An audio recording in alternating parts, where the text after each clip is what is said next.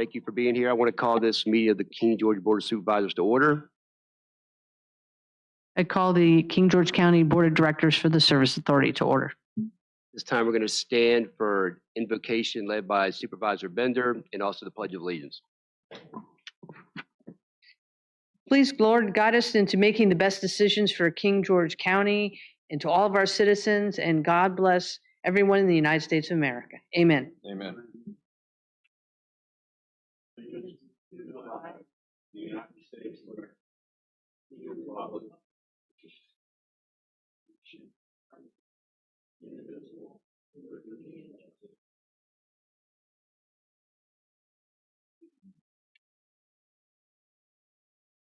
All right, this time, are there any amendments to the agenda? Yeah, I have one amendment to make to the Board of Directors agenda. It's for I'd like to amend it to add a closed session for the Hopyard Interconnect. Lee, that is at the end of my report, correct? At the end of the board report, correct. I'll second that. A motion, probably second. Any further discussion? All in favor say aye. Aye. Aye. Chair votes aye, motion passes. This time is public comment. Comment will be limited to 3 minutes per person in order to afford everyone an opportunity to speak. Please provide your full name and district in which you vote, so it can be properly included in the public records. First up, I have Pastor Sherman Davis. Yes, I am Pastor Davis, lately known as the Shermanator. And anyway, I voted in the Dalton district. I'm not sure who gave me that handle, but it's been sticking. I want to remind you of the scriptures found in Matthew 14, where the Bible tells us that there was a storm and that the Lord Jesus came walking on the water on the sea.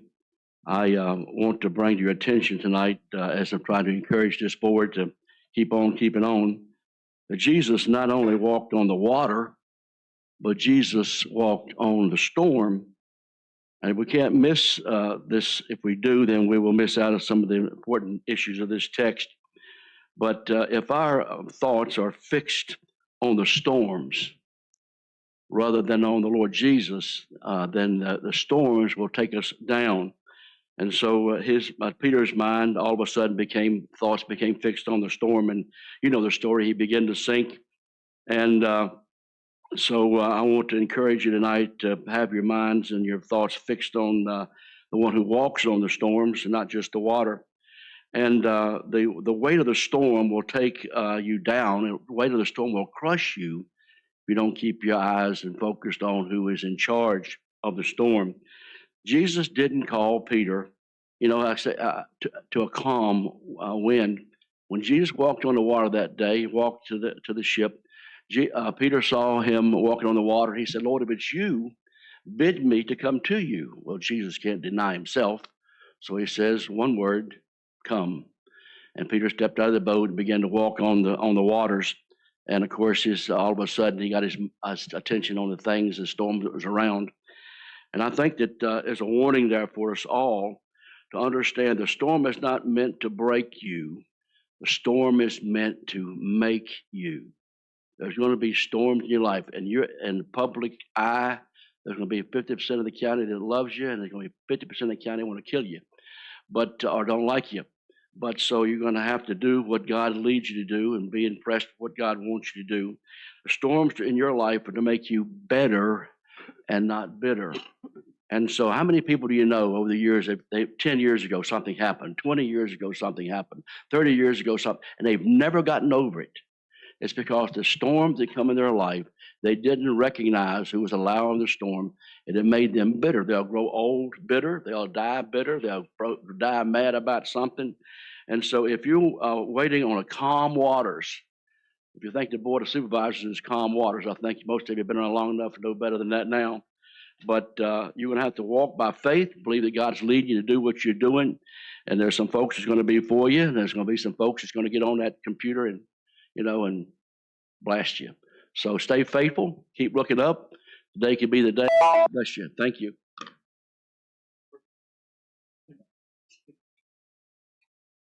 Thank you. Next up, I have Diane Lemoy.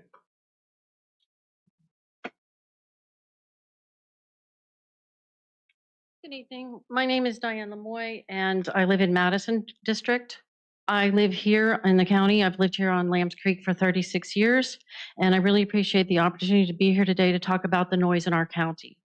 I have talked to multiple members of our community about the noise coming from the gas to energy plant and the King George County landfill. Last night, I measured 65 decibels at my house at 12:30, and I live at 1.6 miles away from the landfill. Waste management also produces a lot of tonal noise, which is a low-pitched hum known to really affect and lower our standard of living. For me, the noise coming from this plant makes it so I can't sleep at night. During the day, the noise comes into my house, even with the windows closed. I've spent hours, many hours, trying to find ways to keep the noise out, but I haven't had much luck. Based on whom I have talked to in this county, the noise pollution covers nearly a 4-mile diameter. I understand that the corporations help to fund King George. I know we need a landfill. I know we need the income, and I fully support the board on making decisions that help our county. Therefore, I would like to request that serious noise considerations be made for any future endeavors in this county. To maintain the rural character of this county, there has to be written into the contract limitations on noise, especially tonal noise. They may not be the decibel level, but it's just that constant that you have to listen to 24/7, and tangible consequences for violating those regulations. In other words, into the contract, write in the fine or the consequences for the corporation, so they can't just keep pushing those regulations aside. So depending on the situation, like if it's a data center or a solar farm, there are upfront steps that corporations can take to minimize or eliminate noise that would really help our community as a whole. And I really appreciate your time. I appreciate the opportunity to share my experiences. And if you have any further questions, I would be happy to answer them. Thank you. Thank you, Diane. Anna Marie Lavelle.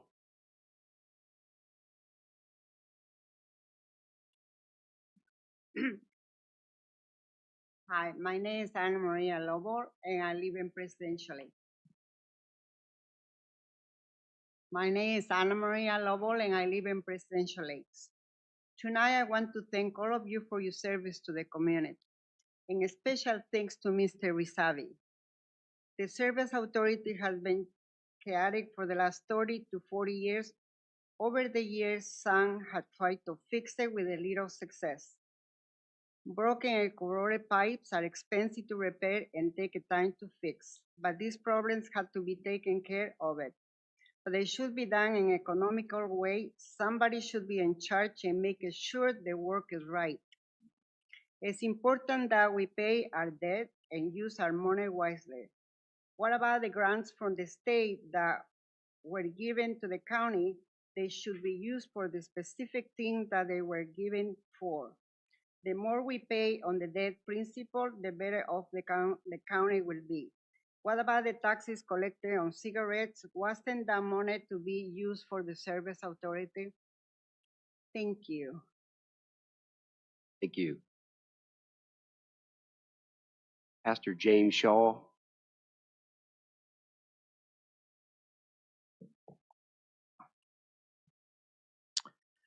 James Shaw, James Monroe District, columnist for the Northern Neck Sentinel, citizen journalist, kgmedia.top, not speaking in my capacity as EDA member. Old hat from the grooveyard of forgotten favorites, Doge fan. T.C. Collins, you tend to stand out, whether on purpose or by accident. You were mentioned in the monthly Northern Neck Sentinel column that comes out this month in a good way. Thank you for being the tip of the spear in questioning the expenditures that show up in those warrants reports. Someone has to do it. Someone has to get that kind of thing started. Thanks for being that spark. As a systems analyst, I have to say that this whole idea could use a little bit more work, and TC needs some more help. How best to design that system that regularly catches these exceptions like TC has been doing up to now is going to be up to some clever individuals. Now, last winter and spring during budget season, we found a bunch, I'll say, stuff. We really, as a county, need to be moving on to the next phase, a phase of everyone in the county that gets a paycheck taking on some ownership and responsibility to that kind of questioning that TC has brought to the table, challenging any and all expenditures to make sure they're right and within budget. Needs to spread out, and probably, here's another one, Matt, for your plate with the finance department, kind of work something out to come up with a method that kind of spreads this out so that everybody has some authority and responsibility. And so TC doesn't have it all the time, and so that everybody can benefit and people in the county can benefit.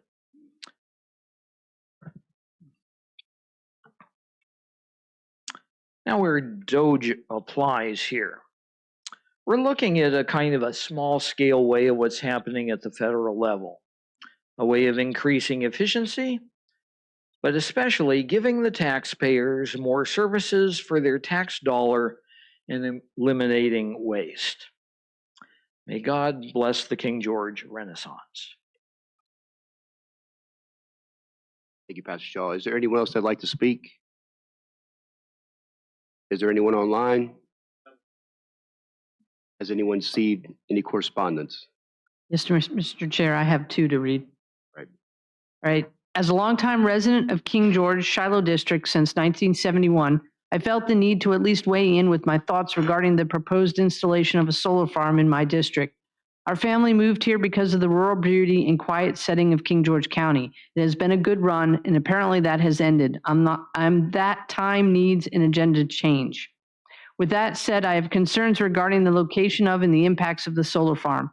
Having read through a rather vague concept proposal by the solar company, my concerns have increased. Before getting to these issues, I need someone to explain the disregard of the long-term county planning, which addresses the intent to maintain a rural landscape. Have waivers been issued? Has the public been allowed to vote on any of this? Placing an industrial product in the middle of farmland is hardly what residents in the district want.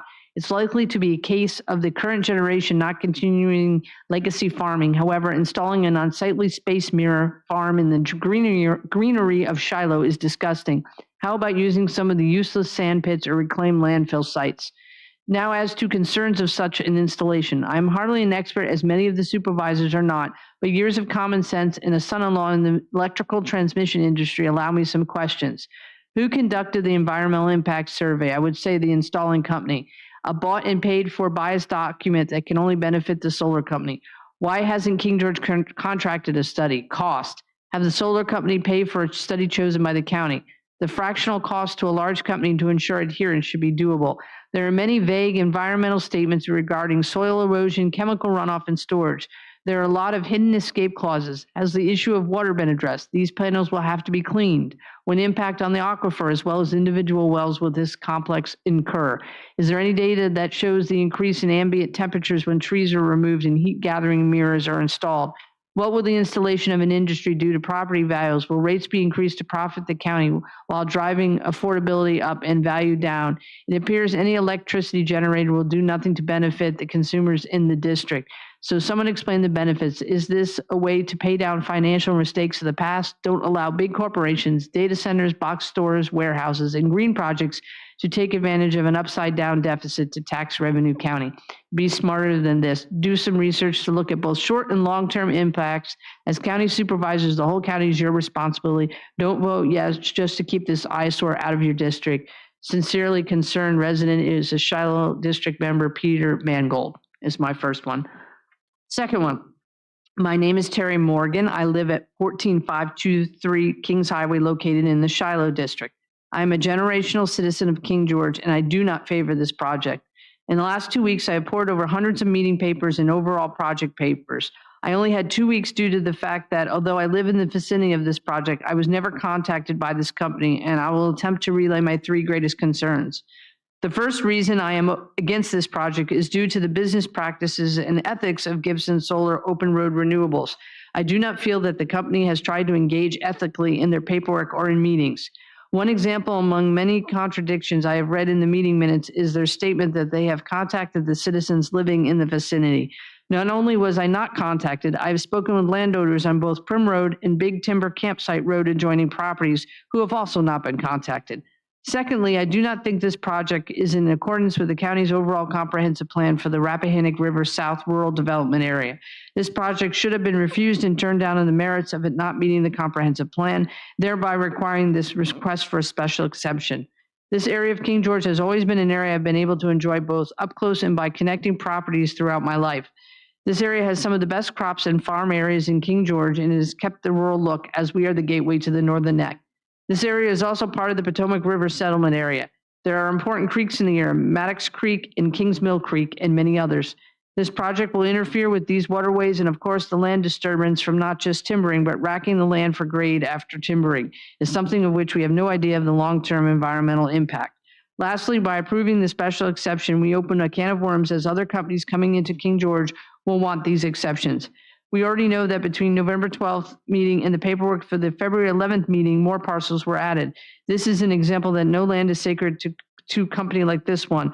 This type of action shows they don't care about the farmers in the area or the wildlife. This area is rich with the American bald eagle, deer, foxes, and even more small game. I've even seen an albino owl on our conservation land located less than 50 yards from this project. I am saddened and disheartened that we as a community would be willing to bend the knee to a company that will destroy this land, which is so rich in early American history and agricultural history. If we deviate from our purpose as a county, then we will surely tread a dangerous path. James Madison once said, temporary deviations from fundamental principles are always more or less dangerous. When the first pretext fails, those who become interested in prolonging the evil will rarely be at a loss for our pretexts. We should vote no to this project and not allow this company to come back with counters unless they are willing to put this project in the industrial sector of King George as outlined in our overall comprehensive plan and not pillage our farmland. Sincerely, Terry Morgan, Shiloh District. Mr. Chairman. Yes, sir. Point of order, please. Point of order. So we've been getting more and more people wanting to read into the records. And I've noticed that some of them go over the 3 minutes. So it would seem to be fair that even reading in the record should only be 3 minutes to be fair with everyone. I concur with that. Thank you. Is there anyone else? Any other correspondence? All right. We'll move on to the reports of the members of the board. Lee, you have anything? I just want to thank everybody for coming out, and Ms. Lavelle, I think you brought up a couple good points about the service authority.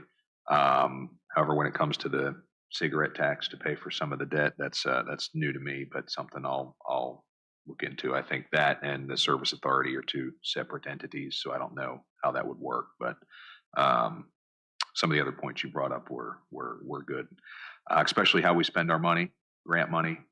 Especially with many things that are going on in the government today and how the federal government's operating. It wouldn't surprise me if state governments followed suit with how money is tracked for many things. When it comes to grant money and things like that, we better have our ducks in a row to make sure we spent everything appropriately and what we said it was going to be on. So all things, good points and things to look into. Other than that, nothing else for the board. Thank you, sir. Mr. Stroud. Yes, sir. Thank you. So thanks everybody that came out and spoke. But I'd like to speak to Ms. Lemoy. Thank you for your coming tonight and speaking. I know there's been a number of emails going back and forth between yourself and Mr. Newchuck. And I'm not sure if the meeting took place, and I believe she left. But she's supposed to have a meeting with the Waste Management District Manager.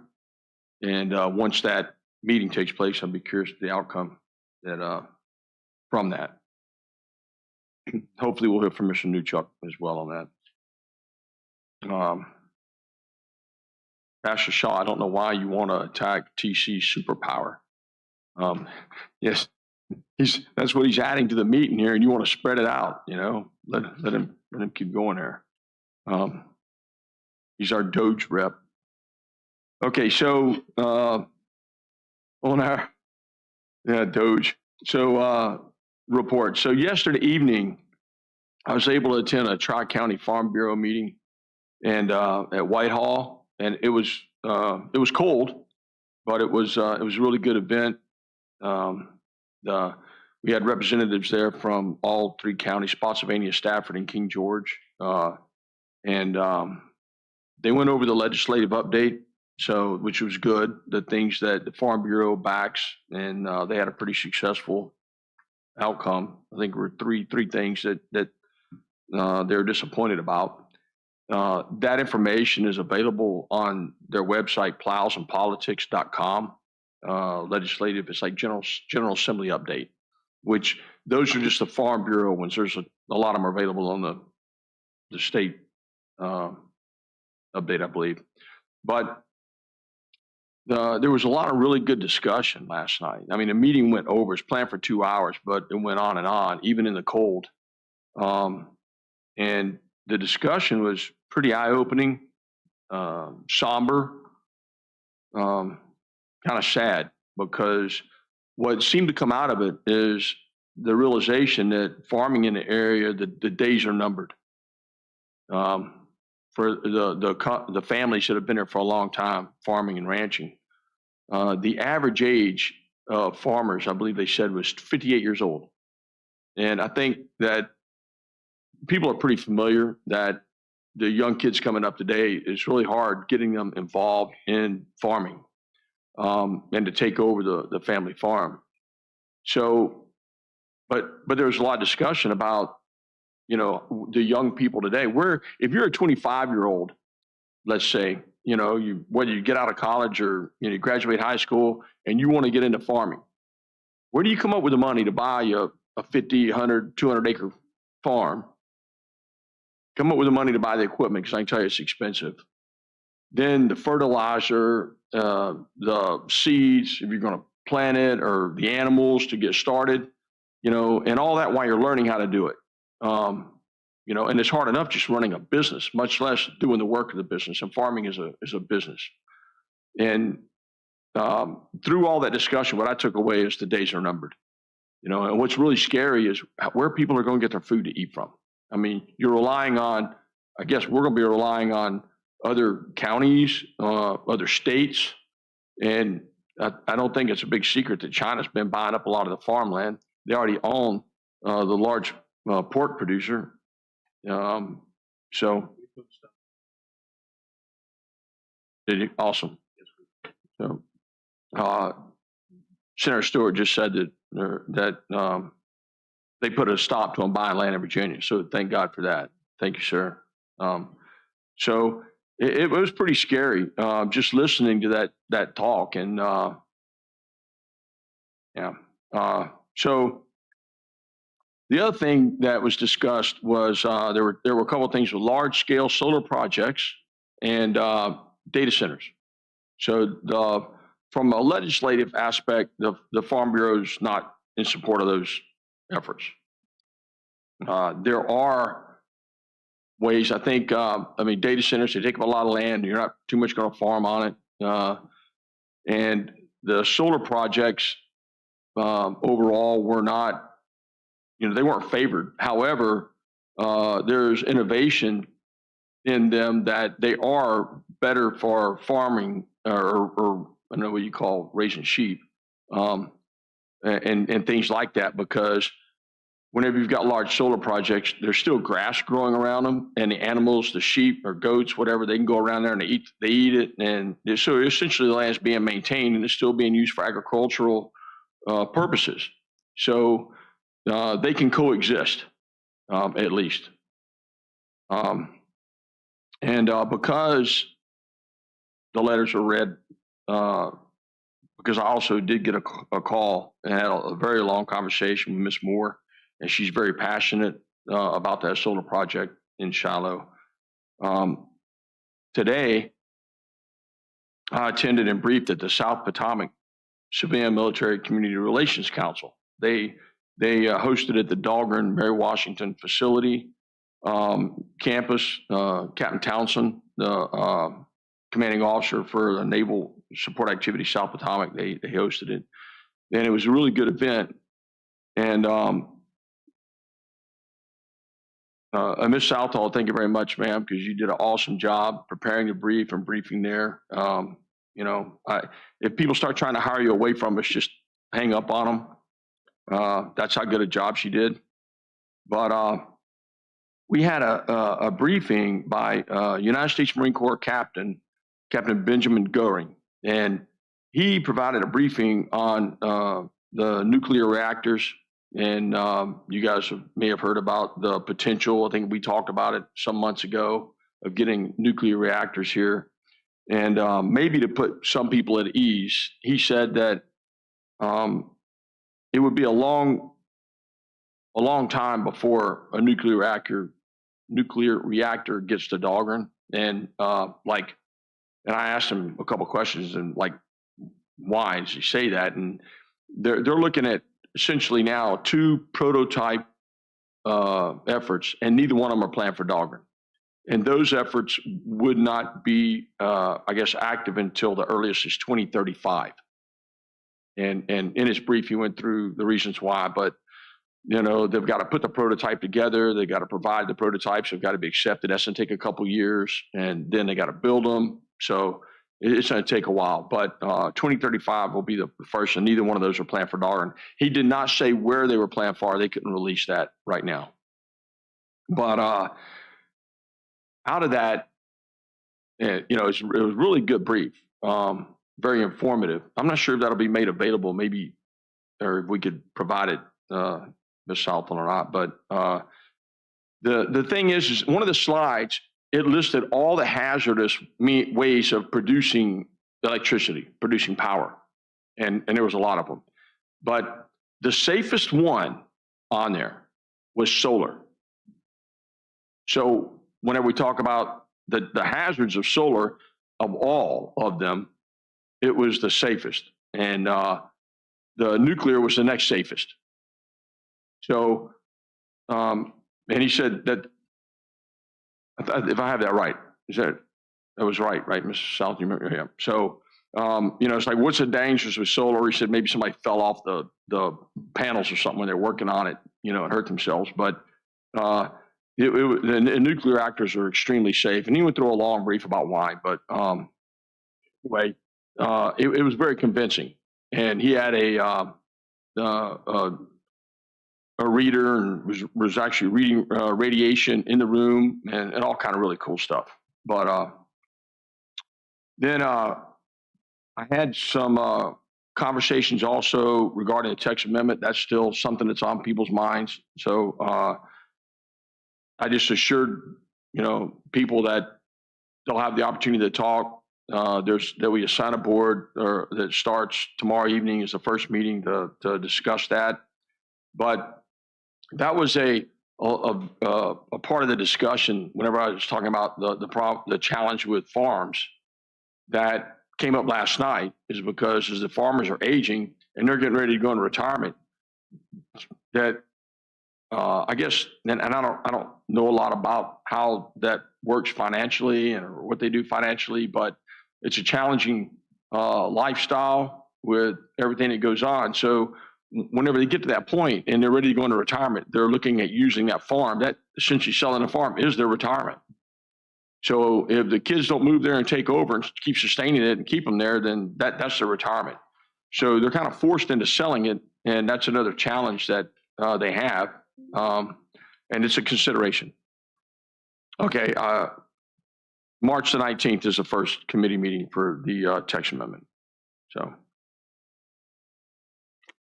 And I think that's all the comments I've got right now, sir. Thank you. Thank you, Mr. Stroud. Mr. Collins? Thank you, sir. Ms. Namoy, Diane, the first speaker, I own some property on Igo Road, and I noticed in the last 2 weeks that it's actually the gas generating from Dominion that it was extremely loud, and that was during the daytime. So my place is probably 3 miles from the generating station. It sounded like it was in my backyard. So, Mr. Smolnick, could you follow through with that and see what's going on? The only ones that have the sound machines, I believe, are the sheriff's office that are accredited and certified, right? Okay. So I did, huh? Yes, sir. I will look into this, Mr. Collins. This level, the cigarette money is not for the service authority. It's for the general fund. Pastor Shaw, thank you for the kind words. The Farm Bureau meeting that was held that you attended, I usually get invited. I've been the last 10 years, but I didn't get an invitation this time. It's unfortunate because I enjoy listening to what the what's on farmers' mind, what's on the Farm Bureau mind, and what's their legislative agenda is. So I'm sorry that I didn't get an invitation this year. Maybe next year.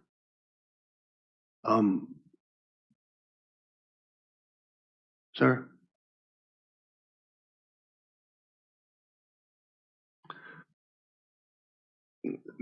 So going through the warrants, Mr. Smolnick I met with him yesterday morning in regards to all the things that brought attention to me on the warrants, and he'll address those issues. But there's one thing he probably won't address, so I'm gonna go ahead and address it. So if you look through the warrants, you'll see a crazy amount of books being bought by the library every single month. So thinking about it from a common sense point of view, I've been to the library many times and there's only so much space for books. I understand you have to renew some books, but it seems like it's a large number of books every single month. I don't even know what they do with the books that they get rid of. I'm not familiar that you have a giveaway or anything like that, but it seems like a large quantity of books. Mr. Smolnick, I mentioned that to you yesterday, but I wanted to mention that in public. Could you figure out what's going on with, buying a couple thousand books? I will. And I think the other one with the library was we want to look into the software for taking out the books. That was the other item that I'll follow up on with those 2 items for the board. And so I'll let Mr. Smolnick do the warrants when the time comes. Thank you, Mr. Chairman. Thank you, Mr. Collins. Ms. Bender. Mine will be pretty brief, but except for Anna Marie, I do have an answer to that question way back when we proposed the cigarette tax, and I think it was before Mr. Collins was on the board. I did try to get that a little small amount could go towards the debt, but I did not win that vote. So the service authority debt was in no way supposed to be addressed by the cigarette tax ordinance. So I just wanted to clarify that. One thing, I was at the Comrail meeting with Mr. Stroud today, and he made a really nice speech, especially talking about Tri-County. It's Tri-County Farm Bureau, and he gave a little bit more information about the meeting. And then listening to a couple of the other speakers, I just something clicked in my head, and so I jotted something down. And so this is what the struggle, I think, is going to be for King George, and this goes back to the text amendment and all that. So this is what my public comment is going to be, is the maybe insight I had, and in the future, just to think about, how do we square the mission of our number one employer, which is the base, with the desire for King George to stay rural, to keep farms and slow the growth, and not to lose the character of King George that many people love. Businesses come here and they presume that there will be houses for their people that are employed by them, whether they're existing business or a new business is setting up shop here. So how do we react to that pressure, and what businesses do we bring in to support the base and follow the mission of goals of the base and of the board and the citizens of King George?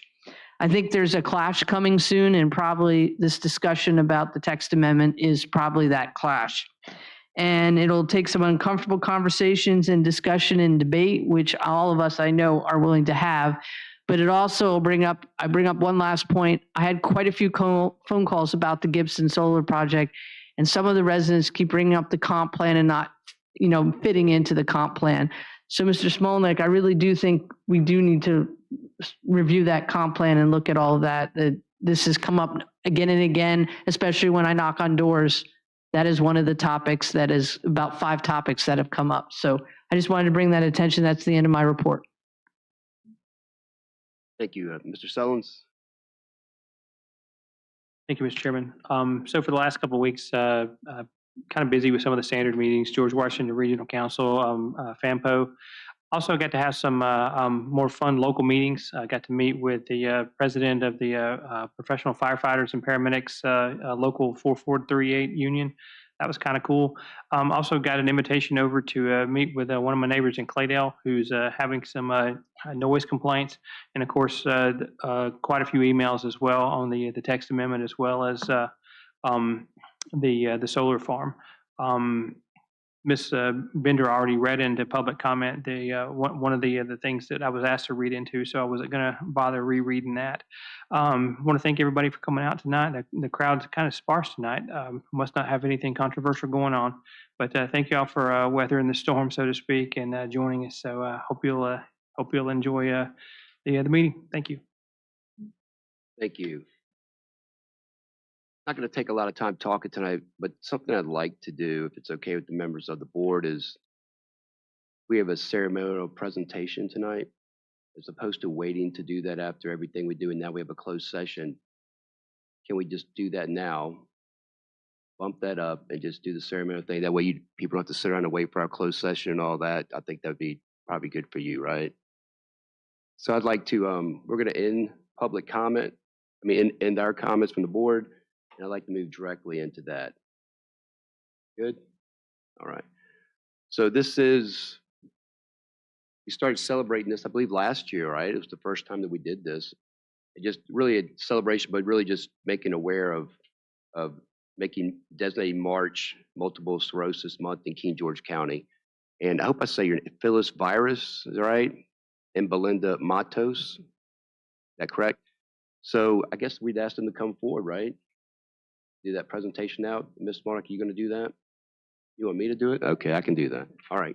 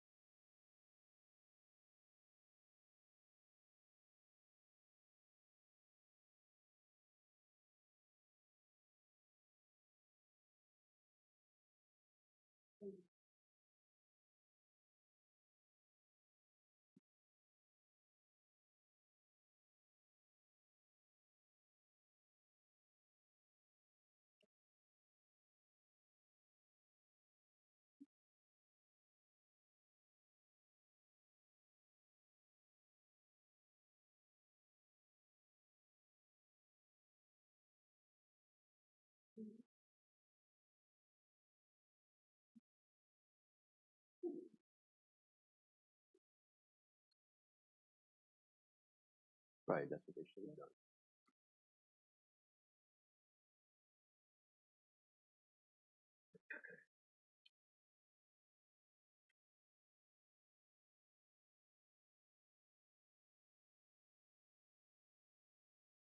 Mr. Chair, while she's looking that up, you might have to make a comment. No, go ahead. So she actually took off, but I wanted to apologize to her. And also, this is for the public. She had emailed us some time ago about trying to put this together. And one of the joys of being a supervisor is if more than 2 of us are in communication, that's considered a quorum and it's a meeting. So whenever somebody emails us, we can't really hit reply all. So none of us is aware of what anybody's doing. So a lot of times we assume somebody else has got it and somebody else doesn't got it. So with this, it got drawn out a little bit longer than it should have. So the story from that is if you ever email all of us and you need a response and you don't get something within a few days, hit us again because we all thought somebody else was handling it and nobody was.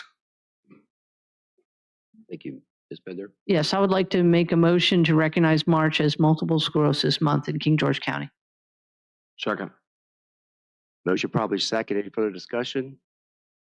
All in favor say aye. Aye. Aye. Aye. Chair votes aye. Motion passes. Thank you. Next up, we have the consent agenda. I'll make a motion to accept the consent agenda as presented. Second. Motion probably second. No, Mr. Smolak, you had some discussion. I believe there's a motion on the floor. It has to be, does it have to be acted on? Or do you want to talk about the discussion now? We have a motion. Thank you. Okay. So, Mr. Collins, thank you for sitting with me a couple of days ago to go over the warrants. And I just wanted to highlight a few things that were brought up in this month's warrants, and then also maybe some of the previous warrants and what's being done about them. The first one, there was some conversations about the electric bills at the library. I know that the last month we had a discussion on this. So I reached out to our contact at Dominion Reagan. I've requested a 24-month look back for that particular address.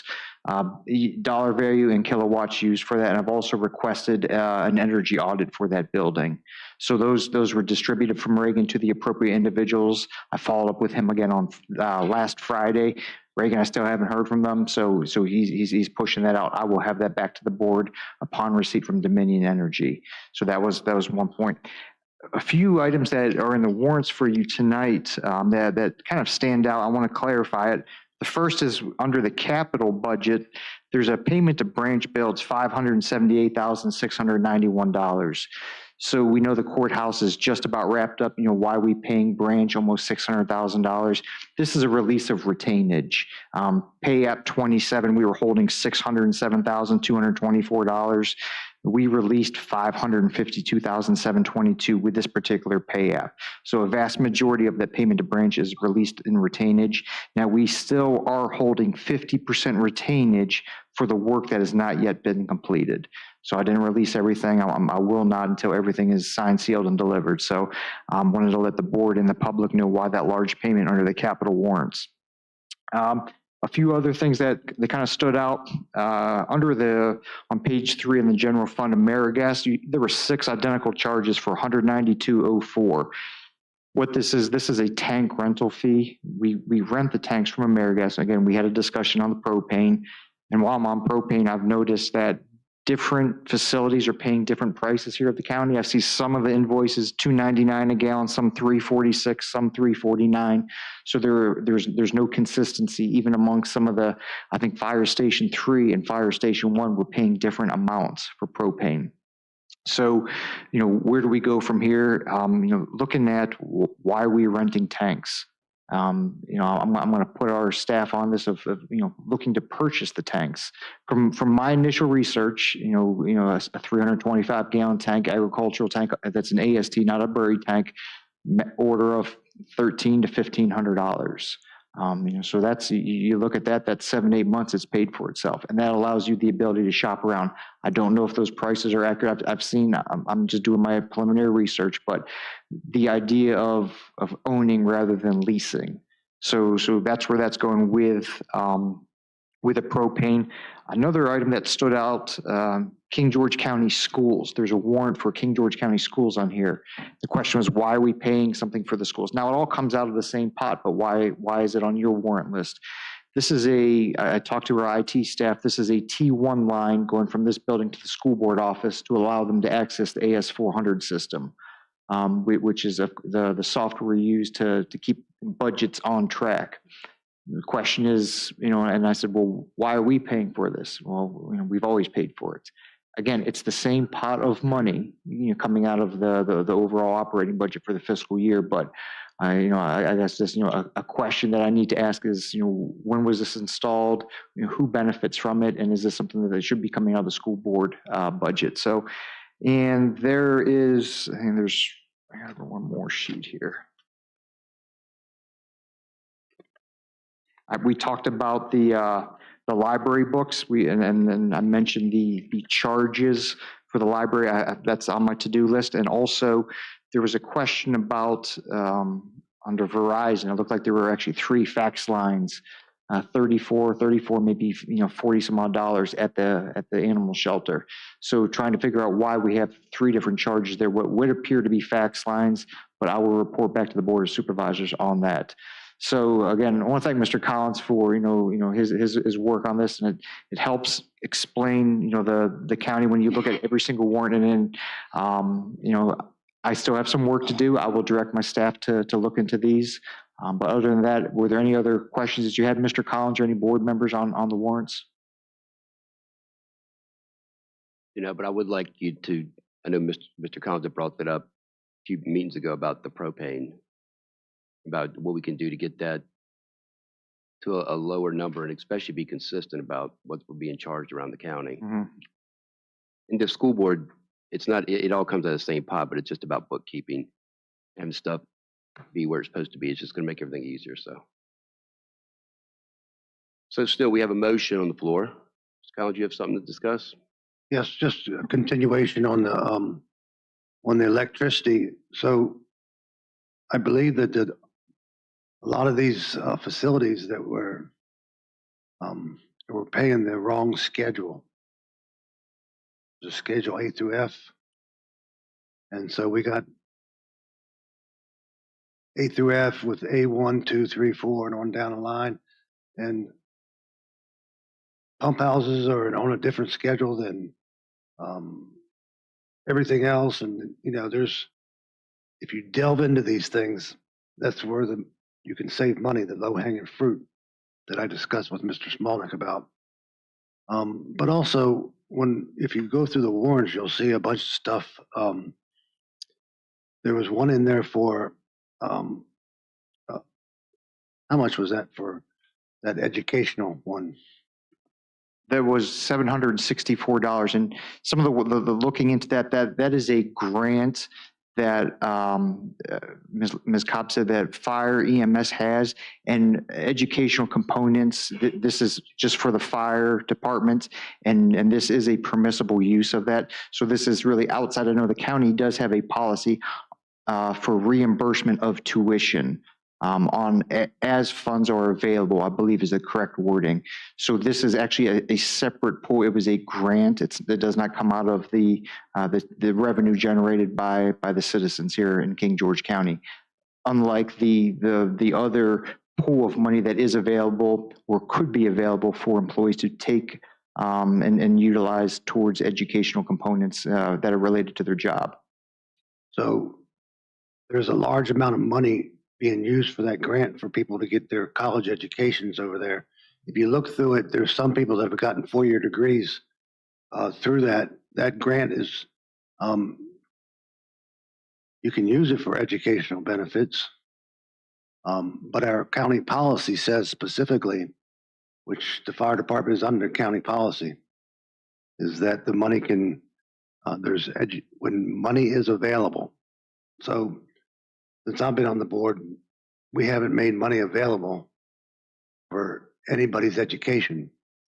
So it doesn't seem fair that one group of employees can get a 4-year degree when other ones can't get anything.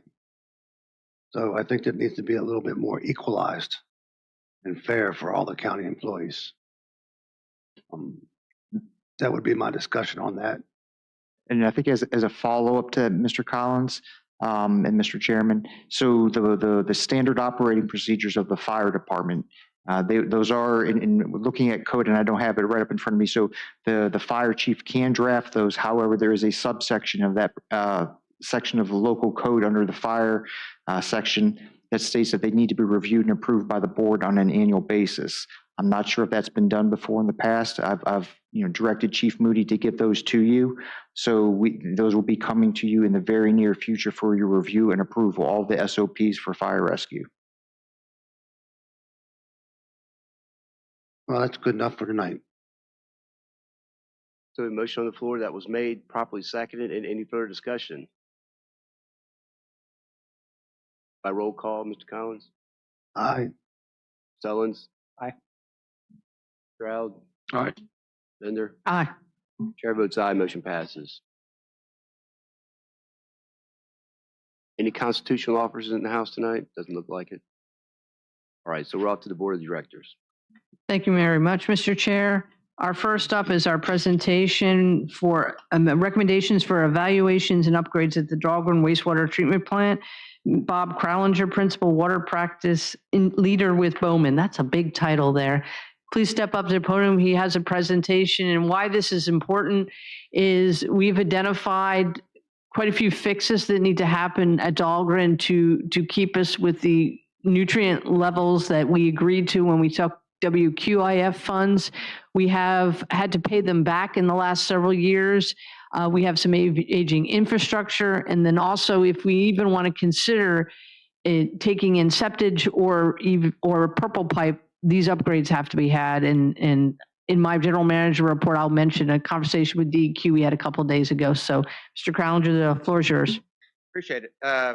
Nice to meet you all here this evening. And again, my name is Bob Crowlinger. I have about, over 35 years of experience in the design and evaluation of wastewater treatment plants all throughout Virginia. And the Service Authority was kind enough to invite me to take a look at the Dahlgren facility. So tonight I'm just going to share some of my findings and some of the thoughts and recommendations that we might have at that facility. So I'll go through some of the questions that came up during the presentation or during the site visit at the plant, some of the visual observations. I got some photos in here to talk about those findings and some of the recommendations I would have moving on. I got Q&A maybe at the end, but I'm totally open for interruptions during this and ask your questions as we go through it. So during the site visit, a couple of questions came. There was a lot of questions that came up, but some real fundamental ones here. These four is like, what are some of our thoughts about the condition of this facility, and does this facility really have what it takes to be reliable in meeting this effluent permit? And we'll talk about that in a moment. How do you go about this kind of upgrade? Does it need upgrades? What kind of priorities? What do you do about it? And ultimately, what does this all cost, and how do we start forming a plan and a budget to do all of this? So I'm going to share some of these initial thoughts and some recommendations here this evening with you. Really, rehabilitation and renewal gets into some core things about the age and condition. There's mechanical equipment, there's electrical equipment, there's structural materials there that all age in different ways. And so that's going to be important for the asset management. Instrumentation and controls, all of these facilities operate at very high levels of performance requirements. Treatment plants anymore all run on computers and have a lot of technology, and you're probably aware the lifespan of technology is not all that long. So there's constant reinvestment in life cycles that need to be looked at between mechanical, electrical, and these instrumentation and controls, these technologies, these computers that help the operator run these plants efficiently. Also, a treatment plant must run 24/7 without interruption. So any single points of failures or weak links in that chain need to be addressed. And ultimately, what is that treatment plant's job is to meet the effluent permit limit issued by the DEQ. So one of the challenges with this facility is the Chesapeake Bay Initiative, I'm sure you're all familiar with, established very stringent limits for parameters such as nitrogen and phosphorus. And that 3.0 milligrams per liter is extremely low. It's the lowest DEQ issues in the Chesapeake Bay. And so there's a real technical challenge for facilities, even facilities that are brand new and designed to meet that number. It's a challenge. And this plant at Dahlgren really was not designed initially to meet that kind of permit. It had a much more lenient permit back in the day. So it had to get retrofitted. And we'll talk a little bit about that too. It was retrofitted to meet the stringent permit. So there's some challenges there ultimately to make sure that what's considered limits of technology for effluent permit, because it's so stringent, to make sure that we do that in the best possible way so we have a reliable facility. So I went through, these are just a couple of high-level examples of things that need to be considered. So the discs, those spinning wheels there on in the photo, is how the bacteria, the treatment plant is using bacteria that respirate. They need oxygen in the liquid. So those spinning discs are there to give them oxygen. And back in the day, that was a good way to do it. But that technology, i.e. the spinning wheels, have some drawbacks. They don't go particularly deep in the water column, so they only aerate the surface of the water. They're very hard to control, those spinning wheels, to make them effective. So it's kind of an obsolete technology, and there's different solutions now out there that are easier to control and more effective for aeration. So the ability to kind of go through that and give this plant the best chance it can to treat the bacteria effectively by improving the aeration is something worth considering in this analysis.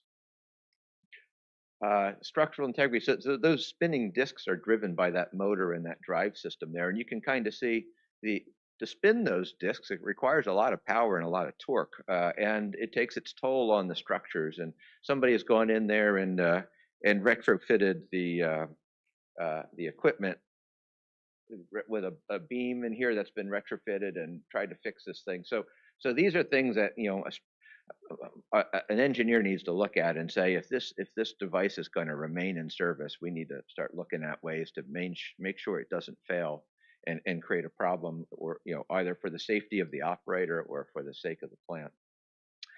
So looking through these items plant wide it's a good time, you know, to start doing this assessment. I mentioned that the nitrogen limits, you know, were met by retrofitting the facility. One of the retrofits here is the installation of this media, which what the concept was is that a lot of bacteria go onto that media and help the treatment process, and you know, as an attempt to get it to that 3.0 total nitrogen.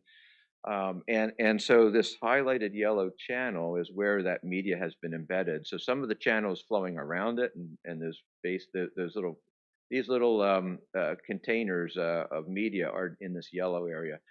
Well, it doesn't work. The problem was where it was put in and how it was put in is not working, and essentially that media is not effectively treating the way it should. So the plant, as a result, is struggling for meeting its nitrogen permit, and a different solution, in my opinion, needs to be evaluated to try to improve that problem. There's also some history at this plant. So there's curved walls. You can see this curved wall here. There's also supposed to be a curved wall here, but obviously somebody took a saw and cut the wall down. So there's some, you know, in every plant there's a little bit of history. Somebody has tinkered or done something to modify the facility. So understanding what was going on, there's not much documentation yet that I've seen as to why you would cut that wall out. But now that it's been cut, can we live with it? Do we got to put the wall back? These are things that an engineer really needs to start evaluating, so that we can make sure the plant's working well. There's also, this is a flow splitter box, and you can see it's not sealed well. It's a little clumsy way to split the flow. It looks like a little bit leaky. So there's some things there that can be optimized, made better, in my opinion, to be a little bit operator friendly and more appropriate for the application. You know, you can see here, these facilities that are in operation probably will be there for the life of the plant, do need to be, you know, reviewed for their lifespan, whether it be mechanical equipment replacement, whether it's just recoding, developing that asset management philosophy of making sure that we replace things before failure and that we invest prudently in this equipment is really part of what an asset management plan needs to be. And this plant appears, you know, ready for such a kind of a high level strategy and evaluation on it, age, useful life, condition, and ultimately, you know, prudent ways to reinvest in it. So I promised I'd be quick here. So based on what I've found, you know, what are the conclusions? I mentioned that you've got a stringent permit, it's limits of technology. It's a challenge to the plant in its current condition. It's going to be very difficult to do. We need to make some reinvestments here. Equipment and structures, as I showed you in some of those photos, have some age and condition concerns, And that submerged media is not effectively helping the nitrogen being removed, and as a result, the plant's struggling a bit. So developing some new solutions does seem to be time to start going along that way. And it really, based on all of the above, priorities need to be made for how to upgrade this, whether it's obviously number one priority is always, well, worker safety and permit compliance are probably number one and number two in any order. And then reliability and redundancy. So make sure that we not just meet that permit on certain days of the month, but we have to meet it every day of the year. So my recommendations for consideration is to develop a planning document based on the challenges at this plant, its current condition, and how it's operating, to develop a plan that makes this facility have a chance to be more reliable, more robust in its ability to meet its permit. This is not an engineer making a plan in a vacuum, right? There's a lot of stakeholders here. The Service Authority are stakeholders, or they're the permit holder and obliged to the state to meet this permit. We've got an operations team out there that's going to have to run whatever this engineer decides to do. So workshopping it and gaining collaboration is really, I think, a critical element of success. So that this is a team and not just an individual working up a solution here. But having a plan, what's it going to do? It should identify specific upgrades at each process unit to make this plant whole and robust and meet its permit.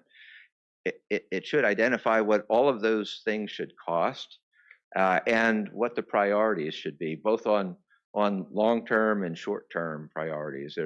So usually when I've done these in the past, we'll come up with a tier 1 improvement. These are the things that are immediate, like a worker safety problem. And there maybe a tier 2 is the maybe 12 to 18 months, and then a tier 3 might be a 2 to 5 year. So developing those priority tiers with subtotals of what that would all cost is certainly an outcome that should be put into this. And in the end, really, that plan should tie in all of those project drivers and justifications together for you. So that's, at this point, I can open up in questions and answers. I know we do have several questions. I know Mr. Collins has questions, and then Mr. Robotham has some questions. So Mr. Collins? First. Lee, do you want to go first? Sure. I mean, and feel free to jump in. So I guess my first question is, or I'll say first, thank you. Thank you for coming out. This is, I think this is good for the public. It's always good for me to see some things like this. So I guess my first question is, why are you here today? Well, because quite honestly, I've been working in this industry a long time, and I have worked with BOD and Environmental Services, and they advised me that there's some needs here, and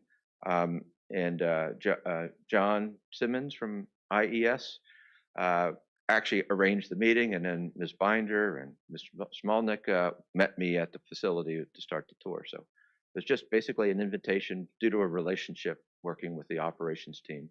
Oh, got it. Great. And I appreciate that.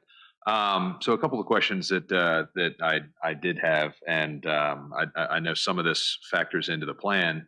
But earlier in the brief, you mentioned some things, some thoughts that could be priorities for upgrades and what are these costs. But you mentioned a couple points, but nothing. I know nothing specific, right? Because that would be some sort of a agreement that we would have. But any kind of thought-provoking recommendations on what a couple priorities might actually be? Obviously, meeting compliancy and safety are certain things, but things that you've seen at the facility, what were your thoughts on things that we may need to address first? And I mean, even just a guesstimate of what some of those costs might be. Well, so a good example of, I think, one thing that's hampering your meeting your nutrient requirement right now is that media that's in that basin and that aeration system. So what the modern plants are now converting to is basically diffusers or air bubblers that are on the floor of the basin, and I probably would want to consider at least the potential for removing those discs and putting on aeration systems mounted on the floor. So that will be hundreds of thousands of dollars. Part of what I'm really proposing to do is get an analysis done so we can start quantifying that. Part of that quantification would be developing like a concept layout, getting equipment vendors to provide us quotations, and working up planning level cost estimates. At this point, my experience has been a walkthrough of about an hour and a half, so I haven't formed pricing yet. And Mr. Robotham, before you have a second question, Mr. Rasavi has something to add. Lee, one thing that we got 2 quotes from engineering firms to do this analysis, and we felt Bob's organization was perhaps had a leg up on doing this analysis.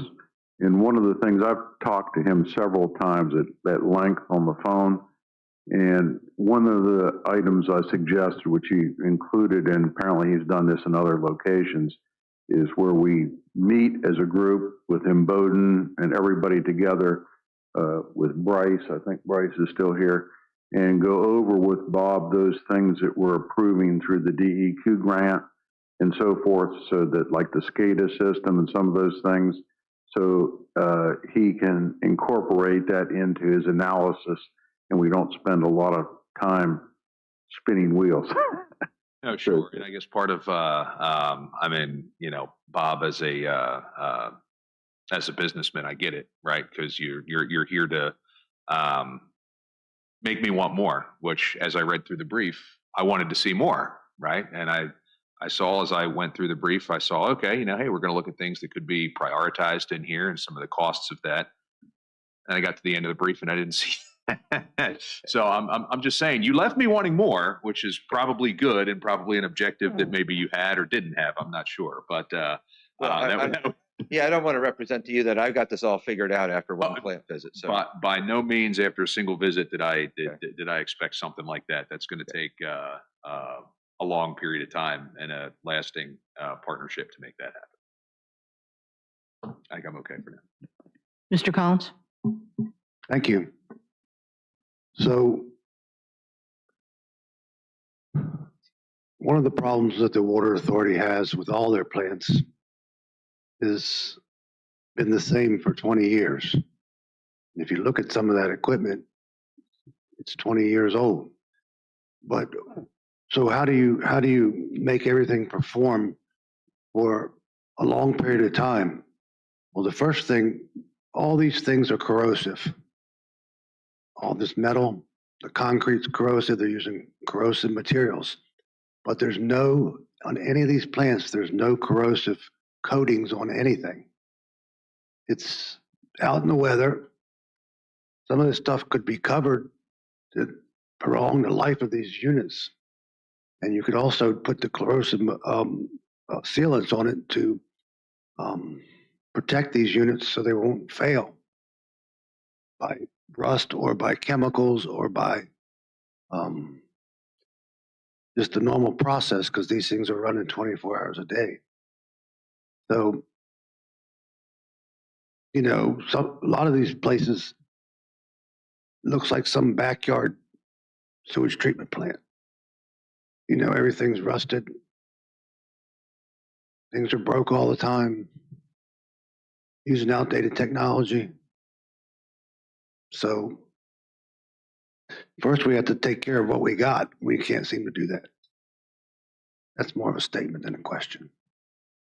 But I didn't see in your conclusions or your recommendations anything to do with protecting the equipment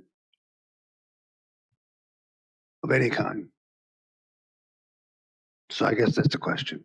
Yeah, I guess that would be under the guise of asset management. So how do you maintain that asset? And like you said, putting electrical gear under enclosures, maintaining. I had some photos there of some pretty rusty things that in need for recoating. So this plant needs some upgrades for sure. There's another maybe what you're driving to is developing a long-term management plan that does not run things to failure, and it has a proactive activity for recoating, even selection of materials. So rather than putting carbon steel in these wet environments, using stainless steel has a little bit higher initial cost, but stainless steel is pretty robust and requires less future maintenance. So these are the kinds of things too. An engineer can get challenged with these kinds of questions and say, what's the pros and cons? What's a recommendation? Do I pay 50% more to go with a stainless steel enclosure, or do I go with carbon steel and I paint it every 5 years? And these are the things that can also be evaluated as part of an asset management program. So we were talking about farmers earlier. So a farmer uses all his equipment out in the field, but then he brings it in and then he covers it. So he can have the life of the equipment. You leave a cedar out and you won't have it as long as you would if you've kept it under enclosure. So that's one of my, all these plants, there could have been so many things done over the past, and I know we're here today, but I think that should be an important part of the asset management. Thank you. I would agree. Yes, thank you.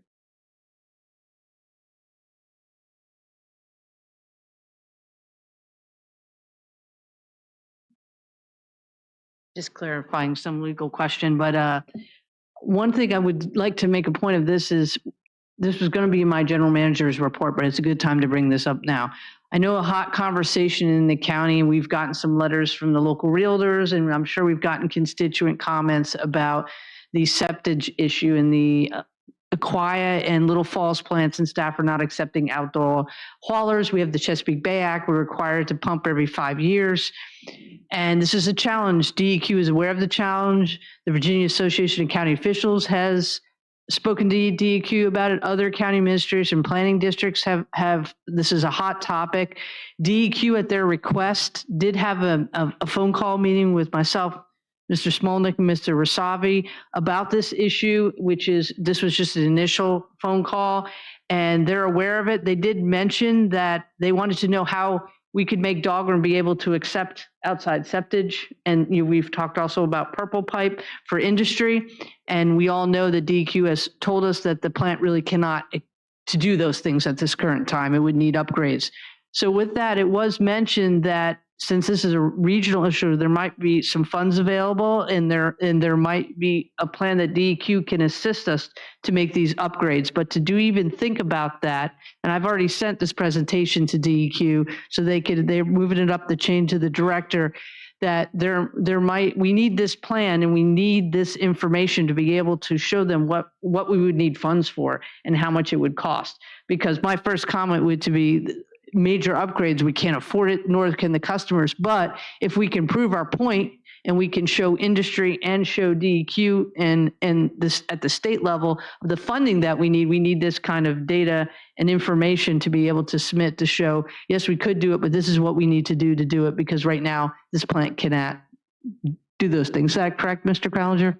Yeah, I would not bring septage to the plant in its current condition. Now, but if that is something you're interested in, that could be considered in this evaluation. Again, because I was talking about the effluent permit and what you got right now to meet it. But if we're going to put an additional potential constraint, what would the pros, cons, and costs be? And how would we because you can manage septage and receive septage in different ways that has lesser impacts to your treatment facility. So we probably want to look at if it did happen and that you were interested in taking septage, how would we propose to receive it and manage it so it mitigates any impacts to the ability to treat the wastewater, meet your permit. I'm sure DQ is watching, because I mentioned that we were going to talk about it tonight, and they were actually very excited about that we were looking at this for Dahlgren, because as those that I sent this to last year, we did have a couple of violations on the nutrient limits at Dahlgren since last summer. And so this is one of the reasons why is maybe some of that retrofitting, especially with the WQIF grants maybe over 10 years ago, I think it was, didn't quite work out to the way that it should have done. And these are the consequences now, including taking out that wall. That sum up that pretty well? Yeah, that was well done. Thank you. Mr. Rasavi? Just one point to what Mr. Collins has brought up. Part of the responsibility is for the operators of the treatment plants over the years. They have their operations manual, and all of those have the information and the life expectancy of the equipment and things that you have to do to maintain the equipment. But I don't think it's a surprise to any of us in this room that that has not been done over the years. And I think Bryce, are you still here, Bryce? Yeah. He, and again, I don't recall the engineer's name that used to work with one of the firms, who's apparently did this task a number of years ago, but nobody can seem to locate those recommendations or whatever. And and I mean, I'm not an engineer, but I know those aeration wheels that lift the water to come in contact with oxygen and so forth, they're just ineffective. Those things need to be in the King George Museum or something. But there's just other things out there that are kind of very puzzling why people would do such things. So I think, I've talked to Bob at length on a couple occasions, and he's pretty much in tune to how I'm used to dealing with engineers, and I know enough just to be dangerous. And so he's much more technical and so forth, but we have to get that plant, since that's your largest plant where most of your commercial development is, that has to be fixed and back. But I mean, you're absolutely right. People have to maintain the equipment, or the length of it will never survive. Mr. Rasavi, so I've understood that you might be leaving us in June, but you would have to stay to December in order to make sure that these things are followed through on. Can we get that commitment here? I told you who you have to call. When you make that call, let me know how it turns out. The legal clarification I had on it is we do have to vote on this, correct, Mr. Smolnik, Mr. Stewart? Do we have those numbers to make a motion? Mr. Rasavi, do we have the amount for this? He's pulling it up. And yes, Madam Chair, you would need a motion to approve the investigations by Bowman and set amount that Mr. Rasavi's pulling up in order to move forward. And unfortunately, there's always money attached, but one of the biggest things for these plants is that we have to keep them operational based on the permit. And we can keep playing around, or we can actually try to get a plan, especially for the new general manager to follow. Mr. Collins? Madam Chair, so what are we going to vote on? A plan?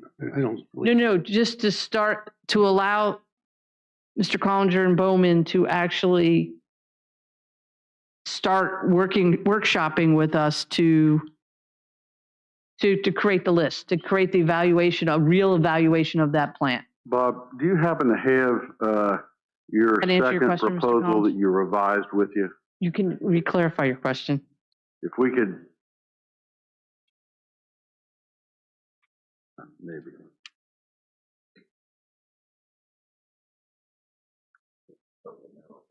Okay.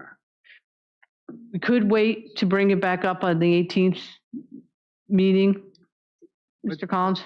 I still haven't got answer to the question. What do you want to vote on? A plan or a? Both engineering firms gave a proposal with cost to do this analysis, and we have found a copy there of what his proposal is. Mr. Collins, I understand. If you want to be more comfortable, we can move this as an action item onto the 18th agenda. Well, let's see what you got coming this way. Yeah. I just wanted to ask one more question, Bob. And as we kind of look, or as we kind of move forward, is there some other material that you have? You've been doing this for a long time, where you have some like was, some success stories that you've had maybe with other plants in the past. You've seen it, here it was, one time, and after your engineering firm came through and things were successful, this is kind of where we got. Yeah, I mean, there's a couple things I can do. One, I could give you references of other jurisdictions that I'm working with, and if you want to kind of use them as a sounding board to see how they've been served, or I could give you maybe a project descriptions of different ones that we've, different facilities that we've worked in. Colonial Beach, just down the road, we've done an extensive amount of work. If you know Colonial Beach, I can get you some contacts there. We did a big assessment of their wastewater facility.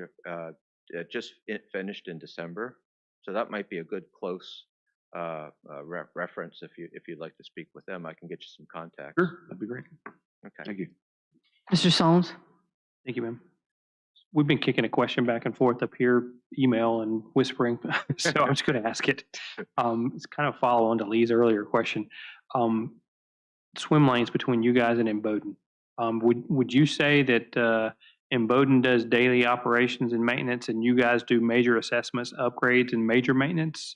What's the difference between the two organizations? So I'm a licensed professional engineer. So I design upgrades. I do other evaluations as an engineer, and they're an operations team. They don't really do engineering. Okay. So as I said, the stakeholder relationship and the workshops are because essentially I come up with a professional opinion on what we ought to do, but and I'll design it and get it and submit it to DEQ for them to approve as needed. But then I hand the keys to the IES, the Bowden people, and so in my opinion, most projects have about 4 different solutions that you could implement, and I got to be careful that whatever I come up with, whoever's going to get handed the keys and be required to operate is going to have to be comfortable with it. And if I come up with a solution that no one wants to operate, that's not going to be success. So I have to be very much in tune, and this is why I love that workshop philosophy. And we did a lot of that at Colonial Beach because we had to make sure. It turned out IES is also the operator there, and so we went through this a few times, and we vetted all the options. We vetted costs. We vetted like what does it take for long-term operation and maintenance for different alternatives, and making sure that when if I'm acting as your engineer, I want to earn the trust that these decisions have been vetted with more than just my personal opinion. It's been vetted with the stakeholders at Service Authority and the people that are going to get handed the keys like IES to operate it. Mr. Collins, I know you wanted, but one other thing, that I think this is the first time, at least Norm in our records, that this has ever been done at one of our plants. Other than the rumor that Bryce had, whatever the gentleman's name was, it was off. I don't recall what you said. Yeah. But it just couldn't be located. So, but this is critical for us to get this turned around with the consent decrees, and we worked from the original proposals to get it down to the services that we actually need, and that's when I was very happy to hear that he did these workshops and interactions because we have a lot of information. We've done a lot of things, so there's no sense in covering the trail that we've already been down and address some of those things. But some of these issues, none of us are capable of resolving that without engineering assistance. Mr. Collins? So, sir, you're an engineer? Yes. Did you happen to listen to our last meeting? I was not at the last meeting. I'm sorry. So we've been through a plethora of engineers that nobody can, they won't back any of their work or they disappear. So we haven't had good Service experience with engineers. The only thing that I can depend on is Mr. Rasavi, that he would know what he's doing, because he does know what he's doing in this realm. And if he backs you, the only thing I would want is your address so I can find you in about 5 years. And is this what we have in front of us, what you charged us, or what you want us to pay you? This is for doing the assessment that I'm recommending here tonight. Okay, so it's $35,000. It's 38. Okay. It's a proposal that you all have to approve so that we can issue a purchase order to get started. So that will fit what you want to do, Mr. Vasavi? It will cover the areas that I think Bryce and Bowden, our maintenance folks, we all need to sit down together and exchange what we've already approved, so we're not wasting time and effort on that. And these other areas that Bob touched upon were items that when I first went out to that plant that I knew were problematic. How long will this take, Bob? It's probably about 3 months of analysis. So you have to be around, Norm, for that when it comes back. I can make it longer if it means keeping. I mean, the future is clear here. Thank you. Do we have any other questions, or would somebody like to make a motion?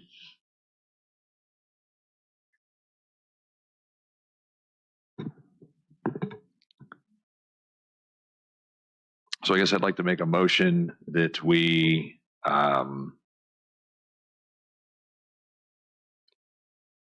enter into an agreement based upon the proposal provided by Bowman.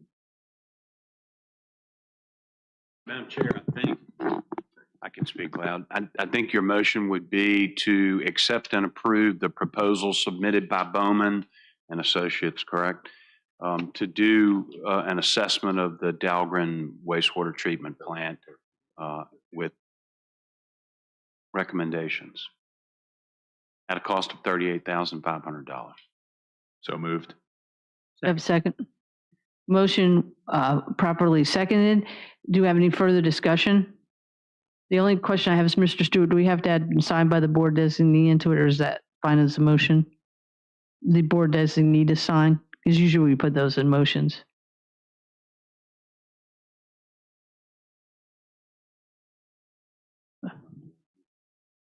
Board doesn't. Okay. Just wanted to clarify. So this is a roll call vote. Mr. Robotham? Aye. Mr. Collins? Aye. Mr. Solons? Aye. Mr. Davis? Aye. Chair votes aye. Motion carries. Thank you very much. I did enjoy your tour. You definitely geeked out on me, but it made me understand it a lot better. And I encourage all my colleagues to go tour the facilities. What's up? I did forget, I was so excited about this presentation. I missed over the consent agenda. Do I have a motion for the consent agenda?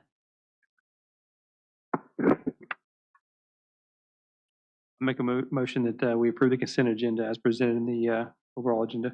Do I have, again, motion seconded? Any further discussion? Mr. Collins? Yes, ma'am. So looking over those warrants on the service authority, I noticed there was a lot of purchases for tools.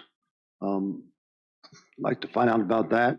Okay, tools? Tools. Okay. You'll see them. They're in there. Mm-hmm. And there's also like there was a chalk to use stop wheels. They paid like 165. Chalk? Chalk. Okay. Oh, chops. All right. So, okay. That was a pretty expensive chalk. You can get them at Harbor Freight for about $15. Okay.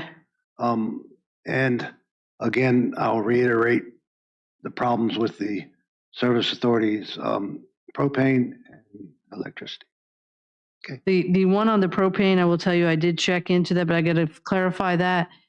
At the maintenance garage, it uses a lot of propane because it is not insulated.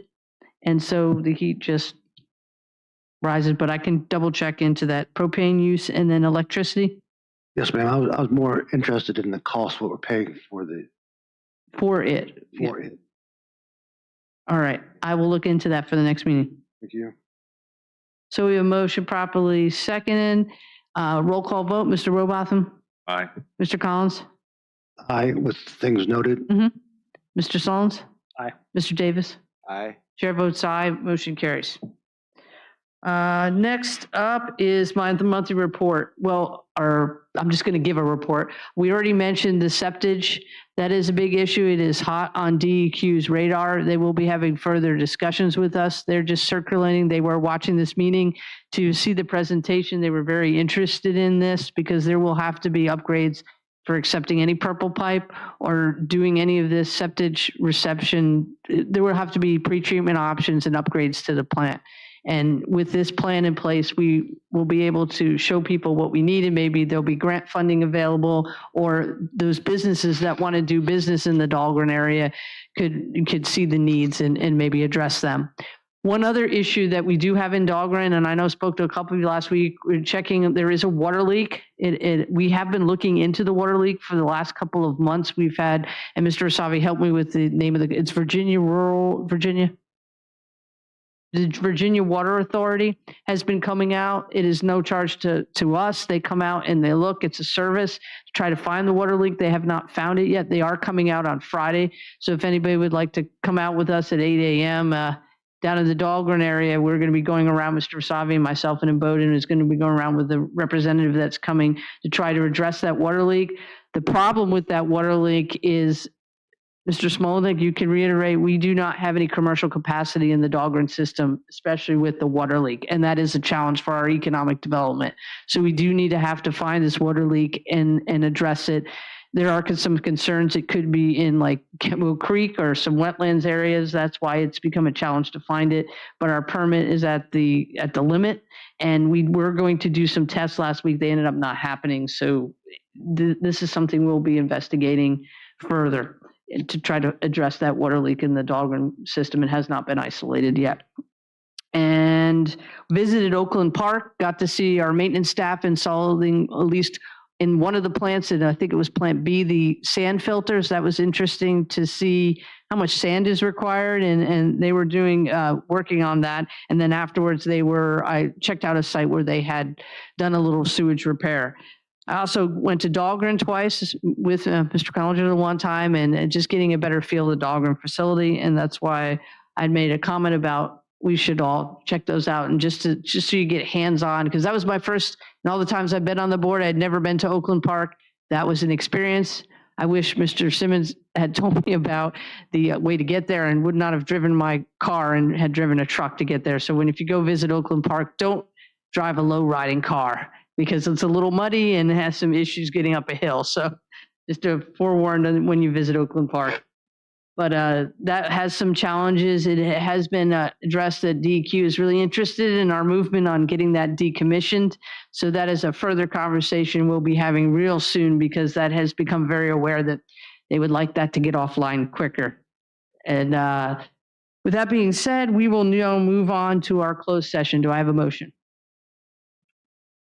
I make a motion that in accordance with Virginia Code, Section 2.2, TAC 3711, Sub A, Sub 8, I move that the King George County Service Authority Board of Directors convene to close session for consultation with legal counsel employed or retained by a public body regarding specific legal matters requiring the provision of legal advice by such counsel.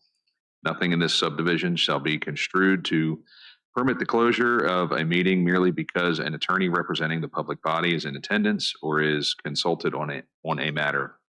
I invite the county administrator, interim county attorney, senior assistant to the boards, and county engineer as needed, because they are deemed necessary and/or their presence will reasonably aid the board in its consideration of the topics to be discussed pursuant to Virginia Code Section 2.2, TAC 3712F. Do I have a second? Second. Motion properly second. Any further discussion? All those in favor say aye. Aye. Aye. Chair votes aye. We are in closed session. Thank you.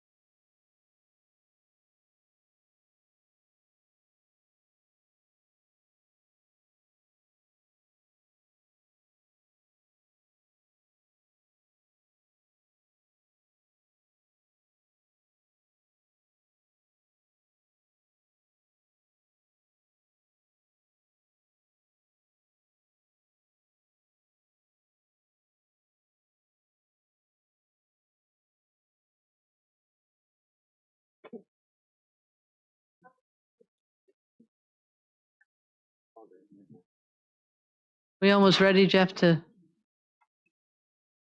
just take one moment. You have the script too? Hold on, I'm just waiting for. You ready? Jeff, are you ready? All right. Lee? I move that the King George County Service Authority Board of Directors return to public meeting. Second. A motion properly seconded. Can we have certification, Lee? I move that the King George County Service Authority No, Board. do you so certify? Yes, so certify. Sorry, I should have phrased that better. Certify. Mr. Solons, Mr. Davis, So certified. Chair, so certifies we are back in open session. I will open it up for secondary public comment. Comments will be limited to 3 minutes per person in order to afford everyone an opportunity to speak. Madam Chair. Yes, So we did. I messed that one up. Well, we did that in two motions for you because I think technically it's supposed to be, there's supposed to be a Okay. motion to come out of closed session. You vote on that motion and then you do a certification secondly, which is a separate motion. Thank you for correcting me. So which one did we do first? So we were coming back out. Can you just read that out? Let's have a restart. How's that? So I move that the King George County Service Authority Board of Directors return to public meeting. Second. Second. Motion properly second. Any further discussion? All those in favor say aye. Aye. Chair votes aye, motion carries. Thank you for that. Now I have the second motion. I move that the King George County Service Authority Board of Directors certify by vote that only public business matters lawfully exempted from open meeting requirements by Virginia law and only such public business matters as were identified in the motion convening the closed session were heard, discussed, or considered during the closed meeting, and no action was taken on matters discussed in closed session. Do I have a second? Motion properly second. Any further discussion? Now we'll do the certification vote. So certify. Mr. Collins, So certify. Mr. Solons, So certify. Mr. Davis. So certified. Chair, so certifies we are back in open session. Sorry about that, guys. Mr. Chairman, do you need a motion to get rid of the first motion, table it? Mr. Stewart? Madam Chair, I think he was just amending his motion. Is that what you were Okay. doing? Amendment? You were just amending your motion, weren't you? Correct. Thank you. Thank you for clarification. Now I'm going to open up the secondary public comment to address meeting items only. Comments will be limited to 3 minutes per person in order to afford everyone an opportunity to speak.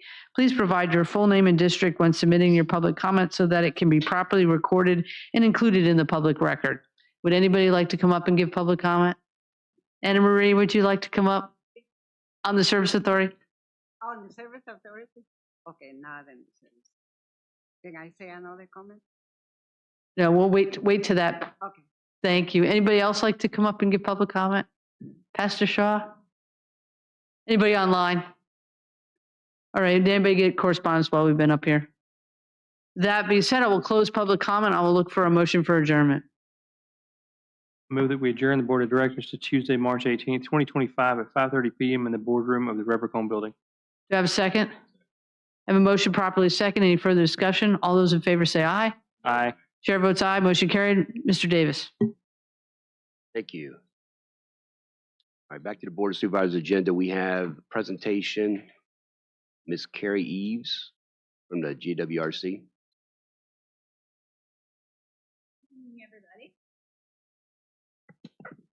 Thank you for having me back again. I'd like to talk to you this evening about the Rural Technical Advisory Committee. Next slide. So, to let you know what this is, I'm here with the George Washington Regional Commission. We also have FAMPO. FAMPO is who does the transportation planning for our region. Currently, there is just one technical advisory committee under which the urban counties and the rural counties are all thrown together. We work with VDOT, FHWA, and other subject matter experts and collaborate on regional transportation. We meet downtown Fredericksburg monthly. Currently, you have no representation on that board since Nick Miner and Kim Edwards left their positions. And even at the time that they were there, well, next slide. There wasn't a whole lot of representation at that time either because the TAC is primarily focused on the FAMPO jurisdictions because there's a lot going on in the urban counties. The rural county representatives did not often attend because your needs were rarely addressed. So because of this, Caroline and King George are missing out on working with our staff, VDOT, and other resources, and collaboration with each other. Next slide. So our proposal is to have a separate Rural Technical Advisory Committee for Caroline and King George counties. The idea is that this will be held quarterly here in your county or or Caroline, alternating. And this would advise the GWRC board directly on rural transportation. This would provide a forum for you to communicate with VDOT, with our staff, through the rural work program, and with your county staff. Now, our goal for this is to have higher quality project development and more convenient communication. And the big one at the bottom there, regional planning aligned with your priorities. Next slide. So this will be part of the rural work program. And the rural work program is that big document that I gave you guys last time I was here in your packet. That's the scope of work that we work together with you guys on every year to do tasks and to coordinate with VDOT and other things. And we believe that having this standing committee would be a more efficient way to carry out those tasks, such as coordinating with VDOT, giving you planning support, regional analysis, and addressing your study needs. Next slide. So, for example, the first task, coordinating with VDOT. So we participate in required meetings with VDOT every year. We review data, we provide data to them and to you.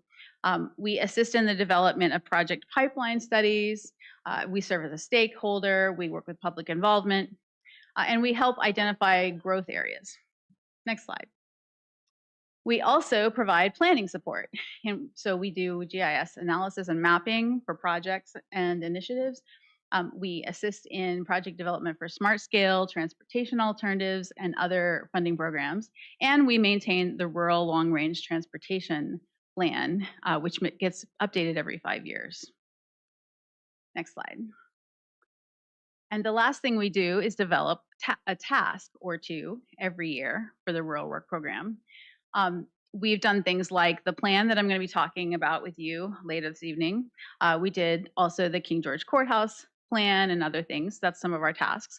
This current task that we are doing is trying to develop smart scale projects up to this pre-scoping approval standard for the next round of smart scale.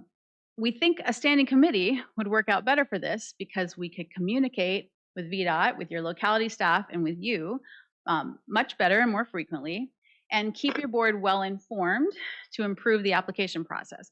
So the proposal is to send you our meeting minutes after every meeting, so you will know what's going on during the process. And this should make project applications that will better fit your priorities. As I told the GWRC board last week, Mr. Sullins and Ms. Bender know this, it's already time to start thinking about round 7 for smart scale. Next slide. So the membership should be local members for each area, 1 GWRC staff member, and then what I need from you will be, once we've started this committee, we will need you to appoint 2 county staff members. So planning staff of some sort or equivalents. Next slide. So the next steps, we have already spoken to VDOT District and Central Office, the Caroline Transportation Committee, and several of your local staff members and Caroline staff members, and they're all in support. And we will have the GWRC board vote on this in April. I'll be presenting it to them at the end of this month, and then they'll vote on it in April. And once it's approved, we'll begin in the summertime. And we will be asking you guys to appoint your representatives by letter. Basically, we started this idea because you have no representation on our regular TAC, and we want to do better for you. And that's pretty much it. Any questions? Mr. Chair. Thank you. I want to bring up, because I know I was bare about it when we talked about the rural transportation, group that was possibly going to be created, commission. And that was one of the big things because we do not have any representative. I mean, Mr. Sullins and I now, honestly, we watch online because we have no vote. It's just listening to the full meeting and we watch it online because you drive all the way up there and there's no representation. It's all things about Stafford and Spotsy and Fredericksburg. So this is good for us. And I wanted to bring up to my colleagues, one of the things they brought up at the last meeting, because it was FAMPO and GWRC, was that the data from the last Smart Scale round was that anybody that didn't have a very critical project or had quite a bit of skin in the game by cash up front to fund the project got awarded, and anybody that needed more funding or wasn't really a critical need got nothing. Is that a fair statement? It's true.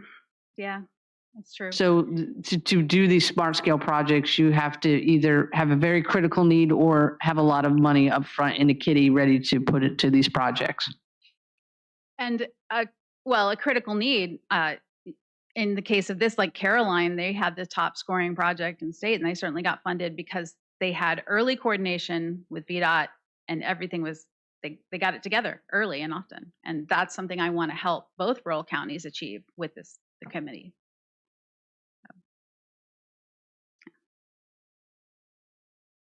Anybody else have any questions? Yes. For the representatives from the county, what are the qualifications they need to bring to the table with them? Well, transportation planners would be best, but in lieu of that, anybody in your county who is a county staff member, planning, has some kind of experience with transportation would be best. So people who are used to working with VDOT folks, they would be working with us and with VDOT primarily on transportation projects. Yeah. Anything else? Yes, ma'am. Yes, sir. Thank you. Yes, ma'am. Is there any cost involved with this? No, this is already covered by the Rural Work Program, the money that you're already paying for that. Thank you. All right. Do you guys want to, instead of making her sit down and sit through the solar, the next step would be for her to step up and make this an action? Do we want to address that now? How do we want to do it? I would say that makes more sense than breaking it up.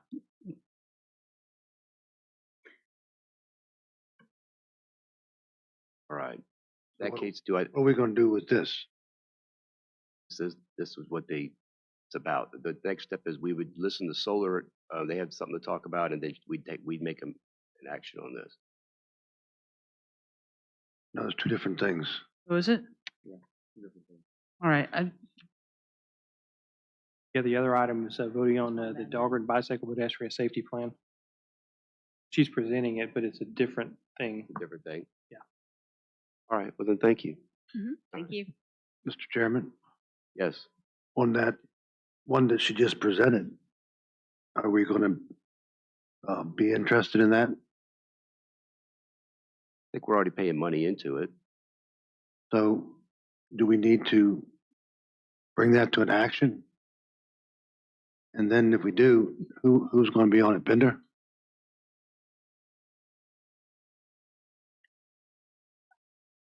Yes, come back up. So this item was presented for information and to let you know that we would need you to appoint representatives. The GWRC board will be taking the action on it because it's going to be a GWRC committee. So, yeah, our action portion would just, that we're going to agree to nominate an individuals, two individuals to represent us in this. Yes. I mean, if you had strong objections to creating this committee at all, then that would be a different matter. But otherwise, Mr. Chairman, may I ask the witness a question? Sorry, we do that. where was I on the night of the 15th? In the Senate. Do you not want a resolution of support from the board? I love support. Okay. Mr. Sullins? Mr. Sullins? Yeah. Okay. I'll give it a shot.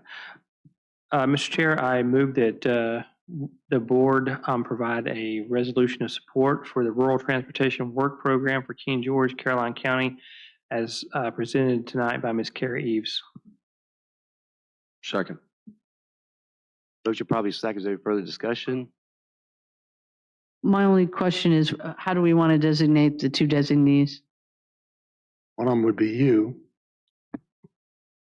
Mr. Chairman, I believe we have time because the GWRC board still needs to approve this. So I don't think we need to appoint anybody tonight. So I think just put on your thinking caps, some good individuals for this particular committee. And my recommendation, let the GWRC board approve it first and then come back at a later meeting and appoint the two individuals. I have one in mind already. They do have to be staff members. Yes. Well, I'm looking at one. All right, thank you. All right, thank you. All right. Next up, 0304 Gibson Solar Project, Mr. Ryan Gilchrist, Open Road Renewables.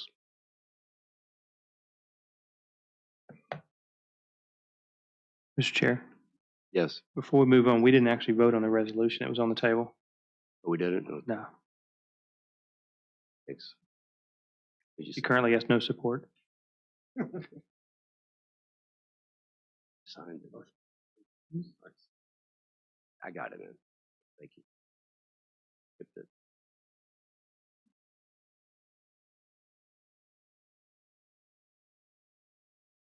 Right. Just sit down one second. We got a motion on the table. I didn't take care of it. Started talking. All right, we got a motion properly second. Any further discussion? All in favor, say aye. Aye. Aye. All right, motion passes. Thank you. All right, now come on. Thank you. Well, thank you, Mr. Chair and supervisors for having me this evening, making the time on the agenda. My name is Ryan Gilchrist. I'm with Open Road Renewables, and I'm here to present on the Gibson Solar Project. So Open Road Renewables has been active in the Commonwealth for about a decade. We've permitted mostly utility scale solar projects and then a couple of battery storage projects as well. We've also been active in the General Assembly with some legislation that came forth in the 2020 and 2021 sessions that were the revenue share and siting agreement, which essentially just allow localities to reap more tax revenue from these projects. We supported those, and we did not support the legislation that came forth in the past session, which would have taken some control away from localities. It was preempting for energy siting projects. We think that local control is really important. It's what results in these win-wins for the community, and it's the only way that we think this form of power generation will be adopted. So we found the Gibson Solar site by looking at the overhead bulk transmission system in the region. There's a 230 kilovolt line that runs right through the county. And we confirmed that that line has the headroom to accept power, and then started looking along the corridor of that line for construction suitability, flat enough land, and then started talking to the landowners who own that land. The project is a 134 megawatt system. It's about 890 acres in the Shiloh district. One of the features that we're proposing is permanently preserving about 70% of the site in a conservation easement. And we're also proposing to continue the agricultural use of the land through a livestock operation that would run amongst the solar panels. And over the course of the last few years, we've made several design changes as we've engaged with the community. And most importantly, we've sited it so that there are extra setbacks in some areas and additional screening. So it's designed to be screened from the road as much as possible. Next slide. So the ordinance you passed regarding visual impact last January has some of the most robust landscaping and screening requirements that we've seen. Basically, it translates to about 100 trees every 100 feet. And that's all backed by a $100,000 surety so that any trees that do not take will be replanted during the next growing season. Here's a simulation of what the project would look like when the trees are first planted. This is one of the few spots that is not already tucked behind some dense forest. And next slide. Shows what it'll look like when it grows in after 5 years. You've probably driven by some solar farms in the state that look like 1 or 2 rows of evergreen trees. It looks almost like an out-of-place Christmas tree farm. The ordinance that you all passed makes it much more visually appealing with ornamental trees and just more trees in general. And of course, the whole point is to hide the project, which it does well. This is the main part of the project. This is where it interconnects to the transmission line. You can see the transmission line crossing it in one direction and then big timber crossing it just about through the middle of this section. What I want to highlight here is that about half of the land here is inside those pink buffers. So that's the setbacks, the landscaped areas, the newly planted trees. So the inner half of the project is where the solar panels are. And within those fence lines, you're looking at about a third coverage. So what that means is that this about 700 acres is only covered about a sixth of it in panels. Here's the full extent of the property. There are sections that move to the east and to the west. The important part here is, again, about half of that land is the buffer, so landscaping and newly planted trees. And then the intersections are where the solar panels are actually proposed to be located. And here's where the permanent conservation easement would be located. This red overlay shows the 1,300 acres that would be permanently preserved.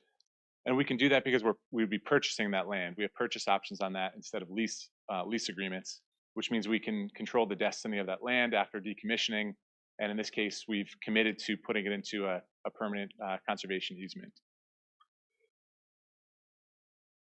We're also proposing to continue the agricultural use of the property, and that would be done through an on-site sheep grazing operation.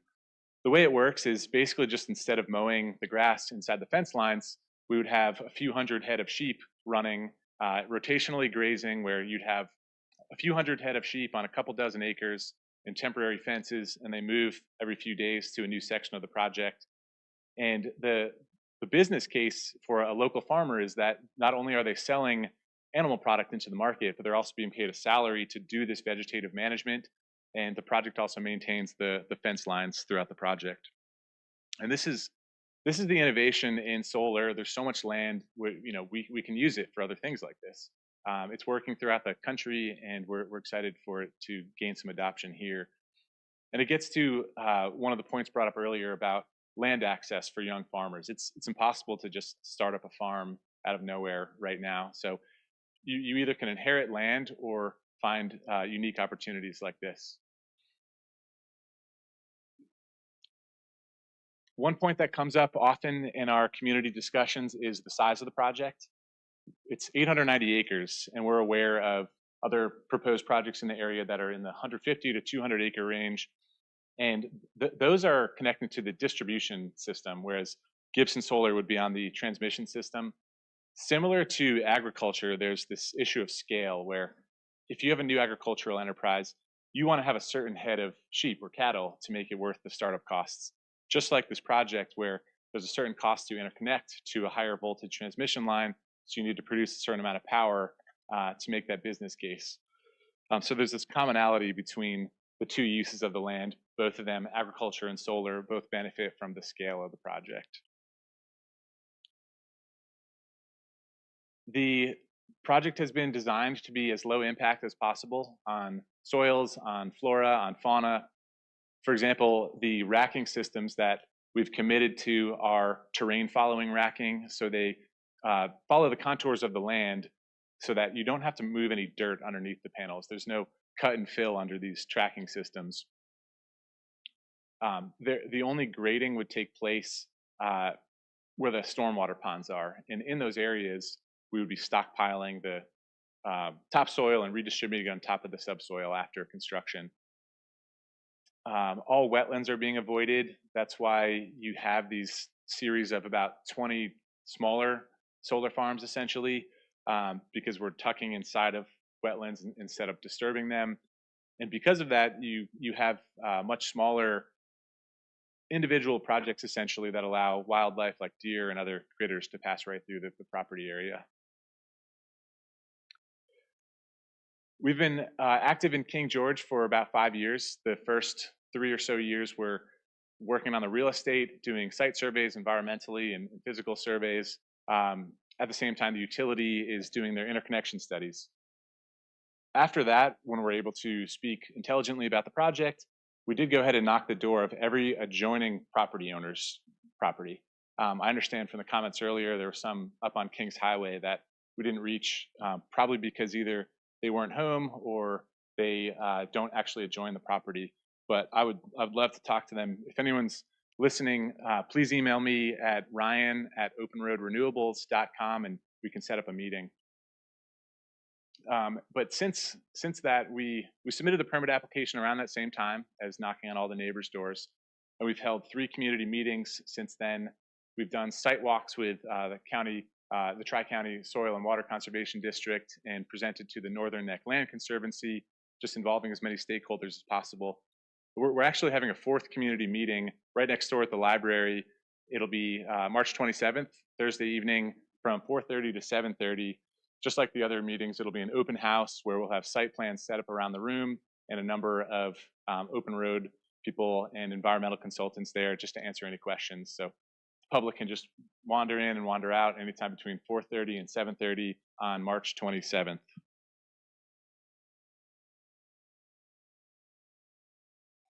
So through all these conversations, we're able to continuously hone the design of the project and also the binding special exception conditions that are being proposed. So for example, the way the solar farm will look from the outside, we have committed to a lower maximum height of the panels than is in the ordinance in response to some of those questions and concerns. On stormwater during construction, to prevent runoff, we are making sure that we install all of the best management practice systems before we actually break ground on anything else. We'll have very prescriptive inspections and phasing requirements. Decommissioning, that'll be put in place before construction. There's a surety bond that covers the entire cost of decommissioning. Solar panel quality, just to make sure it's safe and nothing will be leaching, we can only pick tier 1 panels, and they have to pass the appropriate EPA testing to ensure there's no toxic chemicals that could come out. Those are just some examples of what we do in terms of the conditions and the design changes in response to these community conversations. And we've met with Chief Moody to come up with a proper cadence of the emergency response plan updates and on-site trainings. So county tax revenue, that comes from 3 different sources. One is that the real property will be assessed at a higher rate. So we're expecting it to jump from probably $2,000 or $3,000 an acre assessed to $10,000 or $15,000. So that generates about $3 million in additional real estate taxes over the 40-year life. The second bucket is taxes on the equipment, or you can replace it with what's called a revenue share here. And that would generate about $12 million over the 40-year life. And the third bucket is the voluntary payments made possible by the siting agreement. We've put forth a few proposals. Depending on which is chosen for the voluntary payments, the revenue would be between $19 million and $24 million total over the 40-year lifetime. So in closing, the project has been designed so it's screened from roadways and you can't see it. It will be decommissioned because of the decommissioning bond. And there's 3 major benefits to the county. One is the tax revenue with no drain on county services like other forms of development might have. It would be permanently preserving a very large tract of land. And lastly, the grid just needs more electrons on it. We are seeing unprecedented load growth right now with data centers. And unfortunately, with things like the Birchwood power plant retiring and small nuclear not being deployed as quickly as we might have hoped, solar power generation is in an ideal spot to actually fill that need right now. And you as a locality are charged with looking at all these energy generation facilities and picking the best ones, making sure they're well sited, and making sure they're well designed. So we look forward to continuing the conversation to keep honing the design to meet the needs. So I'll be here to answer questions, and yeah, thank you very much. Thank you. I got a couple real quick before we get started. Conservation easement, just to dealing with nonprofits and things like that over the years, I've run into this, and sometimes those things can take a a long time to put those things together. Have you guys begun that process? Or, So you know, we've gone ahead and drafted a form agreement. We still need to find the counterparty. We've done this in another county before where the county was the holder of the easement, an open space easement. I understand that's not an option in King George, so we would be doing it with a private organization. So far we have the form agreement drafted, but we need to find a counterparty for it. and another concern I've gotten from constituents is vegetation that's under the panels, things of that nature. Is that stuff just going to die off? So grasses actually grow really well under solar panels. The way the tracking system is set up, the sun hits different parts of the land throughout the day as it tracks from east to west. And we would be working with the farmer to actually pick the best forage for the site. So it would be a mixture of warm and cold season grasses that actually grow really well under the panels. And I think the first time you and I met, I think it was in November, right after I'd won the election, but I hadn't taken office yet, and we met and we talked about it. And I said to you at that time that it's up to you to convince the public on something like this, right? I know that you try and do your diligence. We have this is coming to the forefront now, so now we're starting to get the emails, what's going on. So that community engagement piece is going to be big, and just making it make sense to them. I know what you said. A lot of this has to do with data centers being a strain, which is why I think at the state level they need to be working on a data center revenue sharing agreement across the state, because it's all of our natural resources. So, but thank you. That's all I have. Thank you. Stroud, you have something? Yes, sir. I've got a few things. On the trees that I guess the zoning requires now, the different blended trees that are for this area. The challenge with that, of course, is those trees, the ornamentals and such, their leaves fall off. So you're still going to be able to see the solar panels during the wintertime when the leaves come off. So that's why the evergreens are used to block that. So whenever that plan comes together, the evergreens need to be placed in there in a way that and stay away from the ones that are prone to getting bagworms and die easily. Yeah, absolutely. And that's where the zoning administrator would be involved in the beginning to approve the site plan, which would include the vegetative management plan. The plan showed on the screen had a series of ornamentals in front of coniferous with tree plugs behind them. So that'll be at site plan approval. We'll make sure it's the case that when the leaves drop, that doesn't ruin the entire purpose of the screening. Right. Okay. How are you going to achieve the water for the sheep? So it'll be Kelsey Trainer is actually here, and we're working with her on the design of the system, including locating the water. So during the planning phase,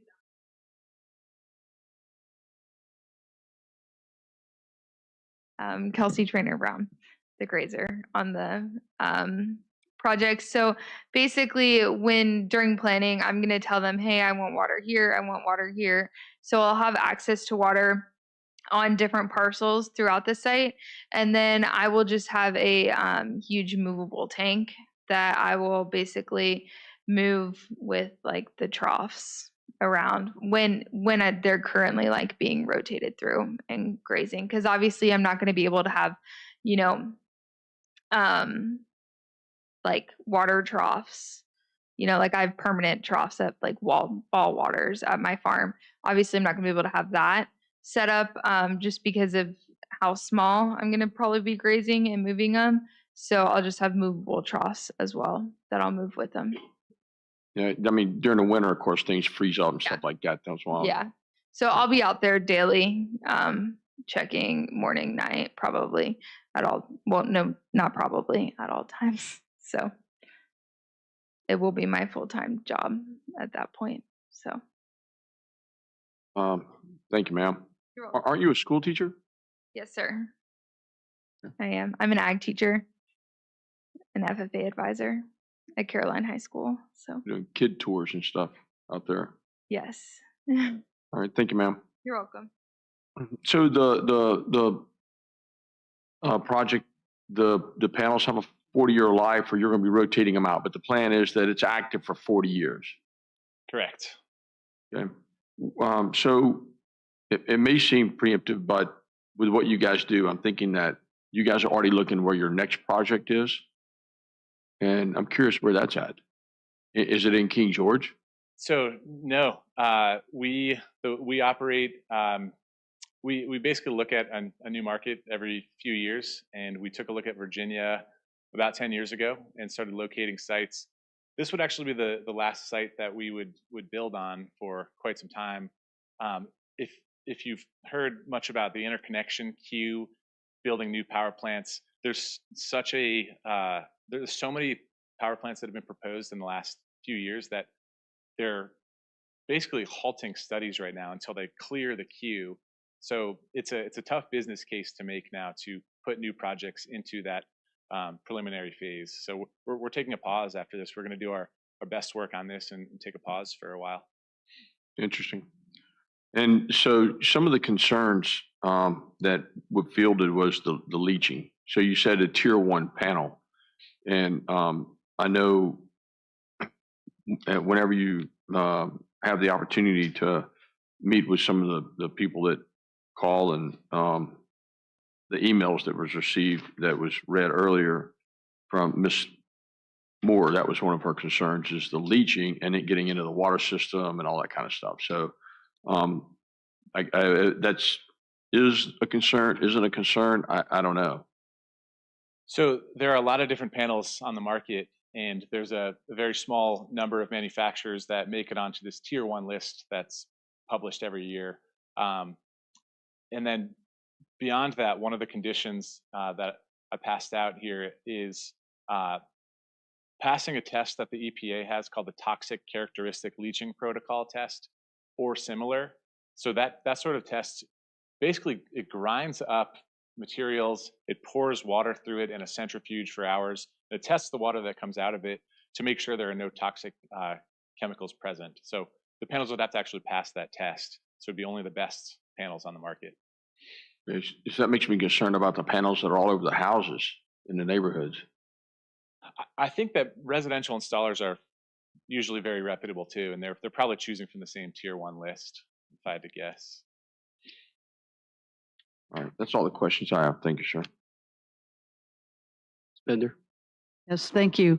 I met you a long time ago when I served on HB 206, which was those siting regulations. And I know I've talked to you last year quite a bit about some concern. I'm being very upfront with the public now.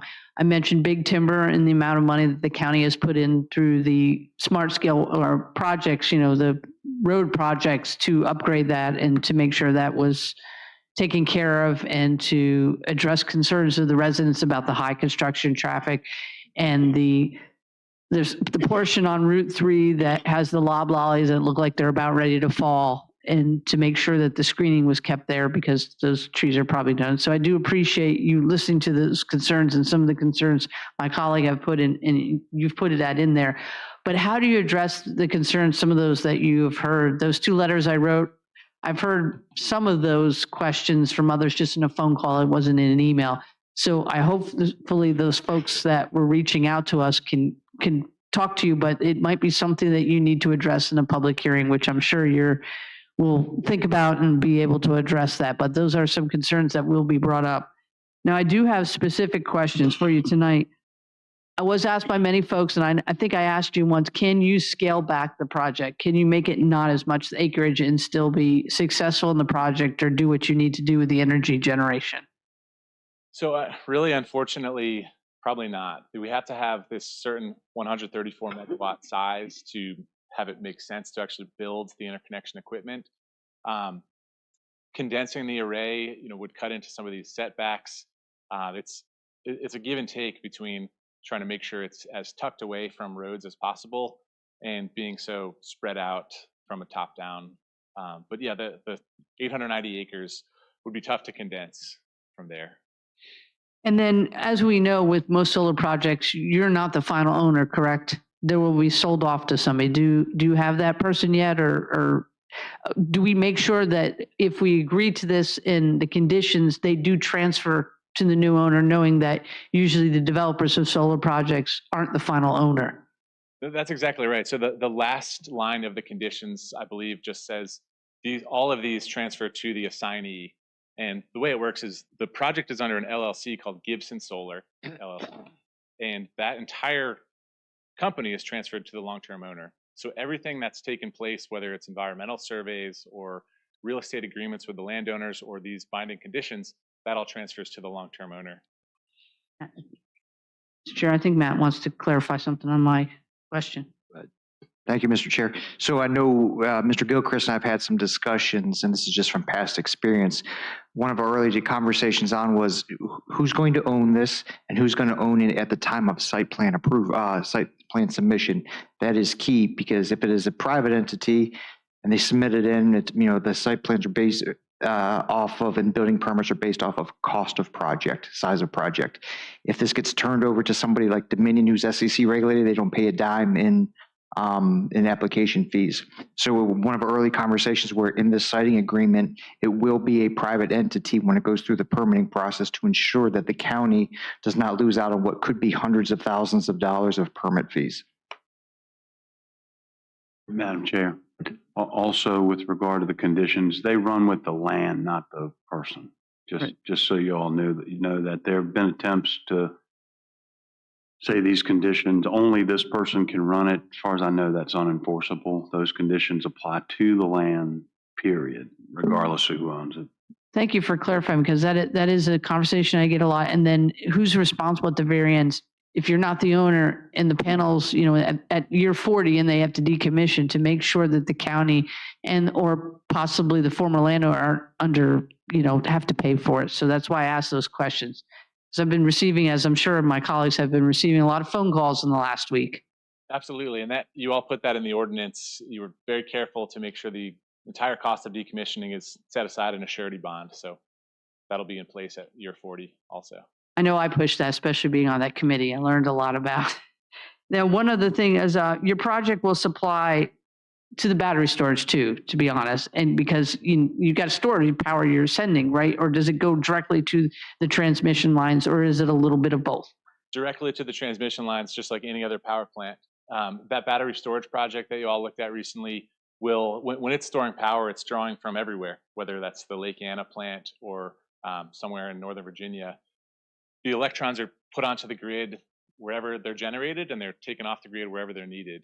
So a lot of it will serve local load that's anywhere near the two substations that are on either side down the transmission line. Because that is one question. Will the energy you're generating in King George benefit King George? Or do we not know the honest answer to that? You really can't follow a single electron, unfortunately. You can think of it like a bathtub with a lot of spouts and a lot of drains coming out. You have all the power plants putting water or power in all the time, and then depending on where the load is, someone turns on the air conditioner here, or somebody fires up something over here. It's just drawn from the same pot. All right, thank you. That's all I had. Zones. You already answered most of mine, but I do have one that's left. One of the residents reached out to me and had a complaint that what was originally briefed in terms of the size of the land or the amount of land involved changed, and that you guys added some land after the fact. Can you talk to that for a second and also verify that what we're hearing now is the final size of the project? Absolutely. So the application we submitted January of 2024 had the parcels that are in the application now, and it's too late to change that at this point. It would have to go through an entire separate special exception process. So yeah, happy to take a closer look at that, but I'm not sure what they're talking about. Happy to look at the parcel list with them and try to figure out which ones they think might be new, though. Mr. Collins. So will there be panels on 22 separate parcels? Correct. Okay.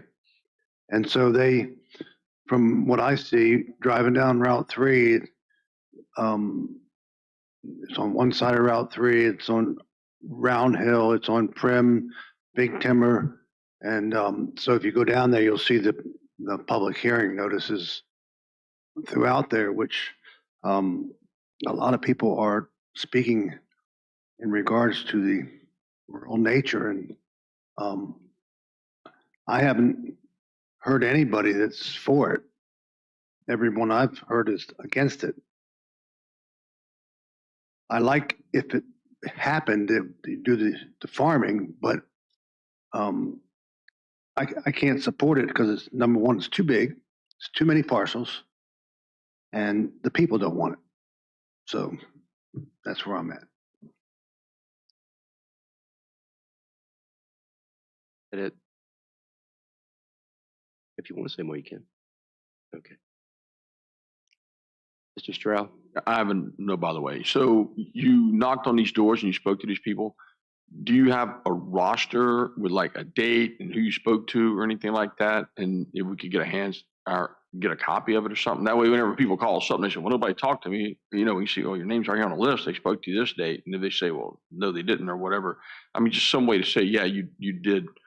And I do. It's a notebook. I could turn that into a more professional document. What we did was there were about 100 adjoining property owners. Anyone that wasn't home, we left an envelope that had some initial project information and an invitation to that first open house. And then all of those landowners, we also have their mailing addresses. They've received every single invitation to the community open houses. So we're doing our best to make sure everyone gets the information. it's not easy. It's tough.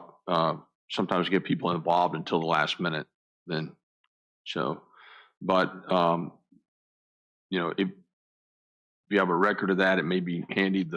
Maybe their plat or something. You know, but thank you, sir. Thank you, Mr. Collins. So it's like running for election. Sometimes people aren't home. If I could, just before Mr. Collins starts, the only thing I would point out to the board is that if you were to receive a roster, I think it becomes public record. Just so you know.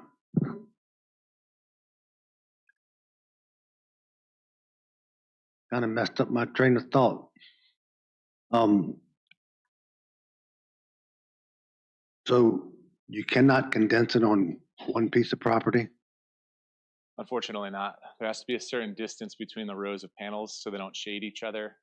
And there has to be a certain amount of power produced to make sense to interconnect to the transmission line. So. Okay.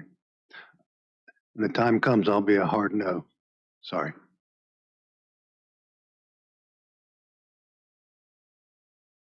Maybe you don't send the roster to us, but you have the roster. So if somebody we could call and some way of verifying, hey, did you talk to this person or not? Handy may help. Yeah, and please do give them my contact information. You know, we have yet to get the Planning Commission's recommendation, but after that'll happen soon. That'll come before you all. So I'd like to talk to them before the public hearing to answer questions.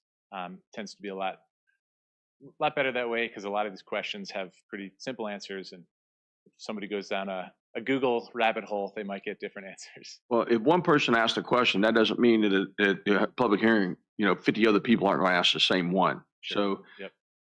If you get asked it, like you've got the concerns at one slide and making that available to the public, that brief will be made available to the public. So we have somewhere to point them now and say, here, if it's not addressed here, let us know. But yep. Thank you. And that the conditions that you have in front of you are in the Planning Commission packet for their public hearing next week. So that's a good resource to point someone towards and say, here's condition 23, talks about why there's a surety in place for decommissioning. So that's usually where I point people because a lot of these concerns have come up over the last 18 months, and we've continuously expanded that list of conditions to address them. Anyone else? Thank you, Ryan. I appreciate it. Thank you. All right, next up, 0305 Dahlgren Bicycle Pedestrian Safety Plan. Ms. Carrie Eves, UWRC. You're back. My folder behind. Let's see if I need it. So there is not a presentation this month. I presented it to you last time I was here. But I am here if you have any questions. It's up for a vote this evening. Hopefully you have had time to review it. I gave you the comments that we have received, and I also gave you a red line copy where I made corrections based on the comments received. So do let me know if you have questions about it. Any I further only questions? printed the pages upon which I made corrections. Bender? I'll make a motion to accept the, and approve the Dahlgren Bicycle and Pedestrian Safety Plan as presented in the packet. Second. Motion probably second. Is any more discussion? Mr. Collins, how do you vote? Nay. Mr. Sullins? Yay. Mr. Stroud? Aye. Ms. Bender? Aye. Chair votes aye, motion passes. Thank you. Thank you. All right, next up is public comment. Your comments to 3 minutes. State your name and the district in which you vote.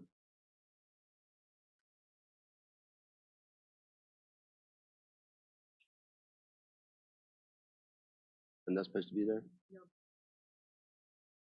Okay, good. Okay, scratch. You're up, Mr. Smolnick. Thank you, Mr. Chairman, members of the board.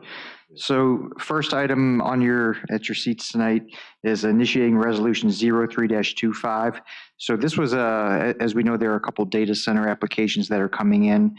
Some of them, there are two of them. Both of them are requesting a request for height. And then there is also another one, the Dahlgren West project, that have requested to remove requirements for section 765A of the zoning ordinance for water requirements. And that was part of the initiating resolution that went out in the board packet. I had a conversation with Miss Ann Neal Cosby, who is from Green Hurlocker. She is representing the Dahlgren West project. She contacted me at 12:40 this afternoon. Said, Mr. Smolnick, we believe that the water issue will be too tough to deal with. We're going to abide by the current county codes for that. So she sent me a letter which was forwarded to the board to remove the request for any of the water. So there's a replacement resolution at your desk tonight. It is simply an initiating resolution, still R-0325. And the resolution is to direct staff to review the height requirements for data center development within King George County. This just merely gives staff the direction to bring these a text amendment, which will require public hearing at the Planning Commission and ultimately the Board of Supervisors. And this is just for building height, no longer for water. Anyone have any questions? Mr. Collins? No, I just have a comment when time comes. Is it down time? So both data centers were lower in height and then they changed their heights. So they can, the community developing, go ahead and review it. It's fine with me, but I don't want to change the heights. But if they want to review it, it's okay with me. Ms. Bender? I was going to actually be on the same lines as Mr. Collins. I wanted to know could be done on a case-by-case basis because some of them you might not want to do that based on the location of the data center. Is that possible? So, Mr. Chairman, I think what they're asking for, and I can't recall the numbers exactly, I think the ordinance currently allows for a building to be up to 60 feet. They'd like to take buildings up to 90 feet. And that would not comply with the ordinance. Some of these folks have suggested that they could put in a proffer which would override the ordinance, and I just don't think that's good practice, and I wouldn't advise the board to do that. And the only other way to do it, if you all are interested, is to direct the Planning Commission to take this up. But what this initiates is an ordinance change. It initiates the Planning Commission taking up an ordinance change to change it from 60 feet to allow them to go up further. You still would take them on a case-by-case basis, but you're not allowed to consider anything above 60 feet unless you're willing to consider a proffer, but I don't think that's good business.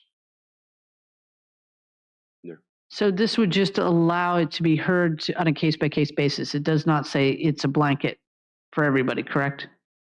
Mr. Chairman, it is a blanket for everybody if you all approve it. But every case is a case-by-case basis, but this allows the buildings to go up as high as the ordinance change would allow them to go. So if you want to allow buildings to go up to 90 feet or whatever the number is, then you would initiate that. If you don't want to let them go up that high, then you don't want to, I guess is the best way I could explain it. Because another concern I have is understanding, been on a couple of the data centers, is that there's a building height and then there's a height with the mechanical fixtures on the roof. So that would be a concern of mine, is which height are we going with, the height of the actual building or the height with the mechanical fixtures on it also? Sure. Ms. Collins? So the Green Energy Ventures, their original was, I think, 60 feet. Am I correct? Right. And there's already a monstrosity up on Route 3 at 60 feet. If you talk about trying to hide them, you're not going to be able to hide 90 feet. I don't care what kind of tree you plant. You're not going to be able to hide 90 feet. The one at Dahlgren West, their proposal was only to have one wall that would be near 301, and they'd have a live wall. Live wall means it's actually real stuff growing on it, so you can't tell it's a wall. It looks more like woods. But I would rather consider each case independently than allowing the ordinance at 90. It should be 60 and be individually after that. Mr. would you have anything? I tend to agree with him. I mean, 60 feet is really tall. If you've ever been down to the Norfolk area, seen an aircraft carrier, the flight deck is 60 feet off the water. That's freaking tall. And you want to add 50% to it. It'll be a Marine or Navy. Yeah, we give those clowns Agreed. a ride from time to time. So the trees that were discussing earlier about hiding the solar farm and stuff, those evergreens, like the green giants and stuff like that, they average 50 to 60 feet tall. So the trees that the oak trees and some of the poplars, they'll get to 80 feet. They'll get a lot taller. The problem is it'll be another lifetime. You know, we won't be around to see it. So, you know, I'm personally against increasing it myself.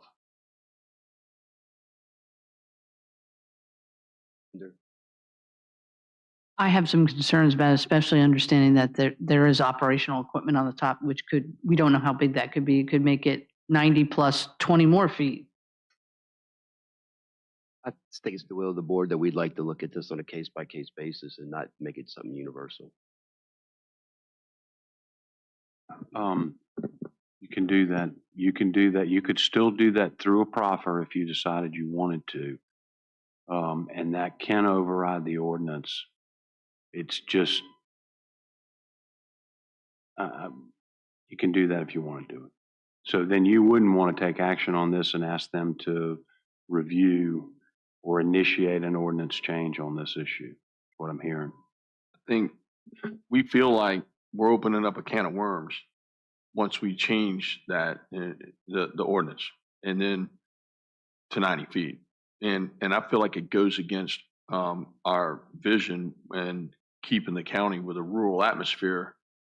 And it's going to make it a lot harder to, you know, in some areas, I mean, the industrial area and things like that, we're trying to shield it. We're going to shield it the best we can. I just feel like the 90 feet makes it may be a bridge too far to get there. I think that's our concern. So, Mr. Chairman, instead of making the community development go through all this procedure, I think that we're on agreement that we don't want to do that. So why would we make them do that?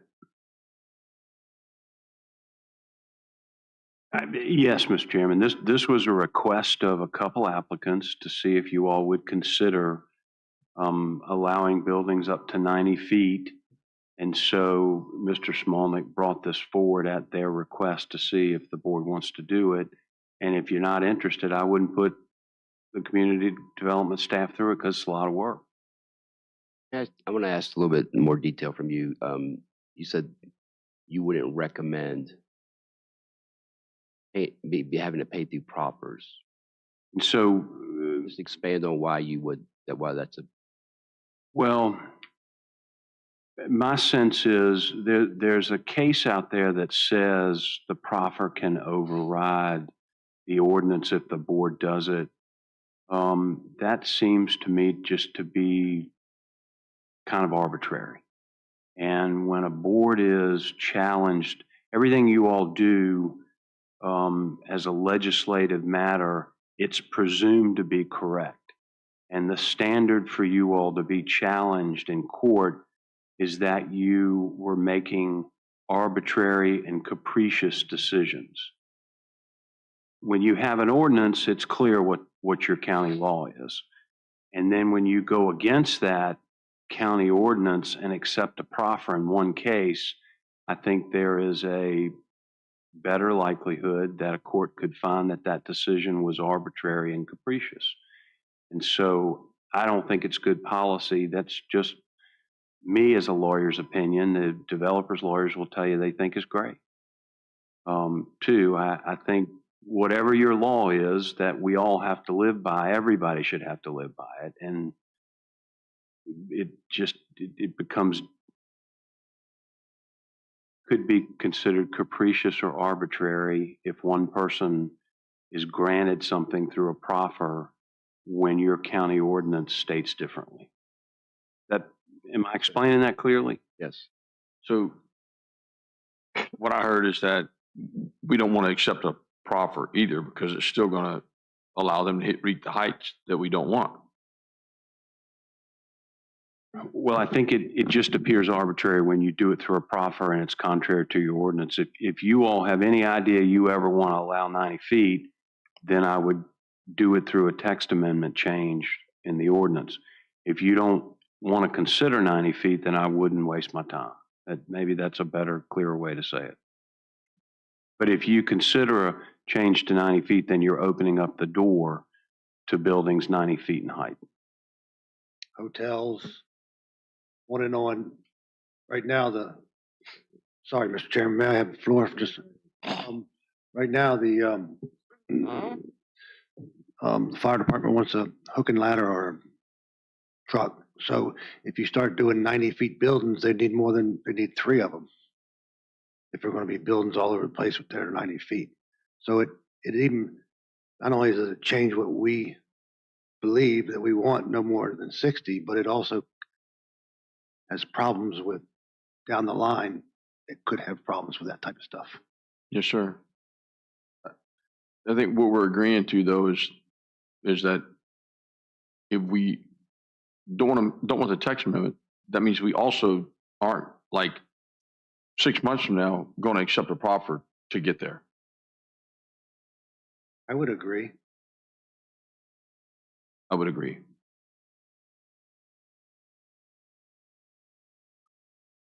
Mr. Chairman, I think that's good to send a clear message to folks who want to build these that 60 feet is as high as y'all want to go, so they can plan appropriately. All right, Mr. Mark, I think you received direction. Yes, sir. Thank you, members of the board. 2 other items that I want to bring to your attention. I've been working with Richard Stewart and Mary Stewart. You are aware that there are new owners for the property out on Bloomsbury that currently house our general properties department at 10964 Bloomsbury Road. So there are new owners out there, and as you're aware, the lease, the monthly rent has gone up. So working with Ms. Stewart, we've drafted a 2-month lease with new owners. And this will give time to allow the courts to move to the new courthouse facility down the road. Then we have a vacant building. I talked to the general properties director, Mr. Muncie. Although not ideal, he can work out of that building until such time that the site plan is approved in his building at the end of the cul-de-sac is completed, thus saving us $3,500 a month. So talking to Ms. Stewart, the owners, and Mr. Muncie, we all felt that a 2-month lease was the right thing to do. Allow the new owners to find a tenant, allow us time to get our staff out of the old courthouse and switch things down here. So we finalized this lease at a rate of $3,200 per month. And at the commencement of the day, this lease shall also pay monthly installments of an additional rent in the amount of $330. So as I discussed, about $3,500 a month in rent. And that's what we're trying to, look, how's our general services department yet save money for the citizens? So my request for you is to authorize me to sign a lease between McKinney Boulevard LLC and King George County, Virginia, for a term of 2 months for the property located at 10964 Bloomsbury Road, King George, Virginia, for a term commencing on the first day of March 2025 and ending the 30th day of April 2025. So moved.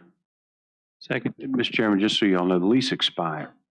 And so there was a need to try to get a short extension until you can make other arrangements because the rent went up considerably. I have a motion properly second. Any further discussion? No, sir, but we'd like to get some of these other people back to the old courthouse too, like the IT and all those folks. Thank you. Just a roll call vote? Yes. So, Mr. Collins? Aye. Mr. Sullins? Aye. Aye. Bender? Aye.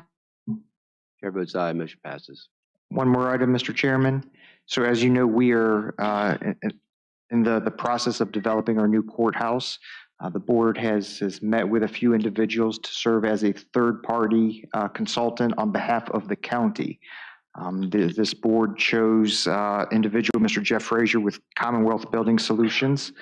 So we have again, I'm working with Ms. Stewart and the owner of Commonwealth Building Solutions to come up with a contract. Those terms were finalized a few days ago. And before you, I do have an agreement here between Construction Management Services and the King George County Board of Supervisors. It's an agreement for construction management services associated with the new fire station, station number 2 in Dahlgren. And I'm requesting your authorization to execute this contract on behalf of King George County. Have a motion? So moved. Second. Motion probably second. Any further discussion? Yes, I just want to clarify for the public. Mr. Smolnik, this was brought up to make sure that it was managed properly. We had proper management to get the best price for the fire station. Everything to the best of the ability is done correctly. That is correct. This individual is working on behalf of King George County and looking out for only our interests. Okay, thank you. Any other comments? Just roll call, just vote. Roll call. Mr. Collins? Aye. Mr. Stroud? Aye. Bender? Aye. Mr. Sullins? Aye. Chair votes aye. Motion passes. That's all I have, Mr. Chairman. Thank you. All right. Next up, we have the second public comment. Please limit your comments to 3 minutes and state your name and the district in which you vote so it can be logged in the records properly. Would anyone like to speak?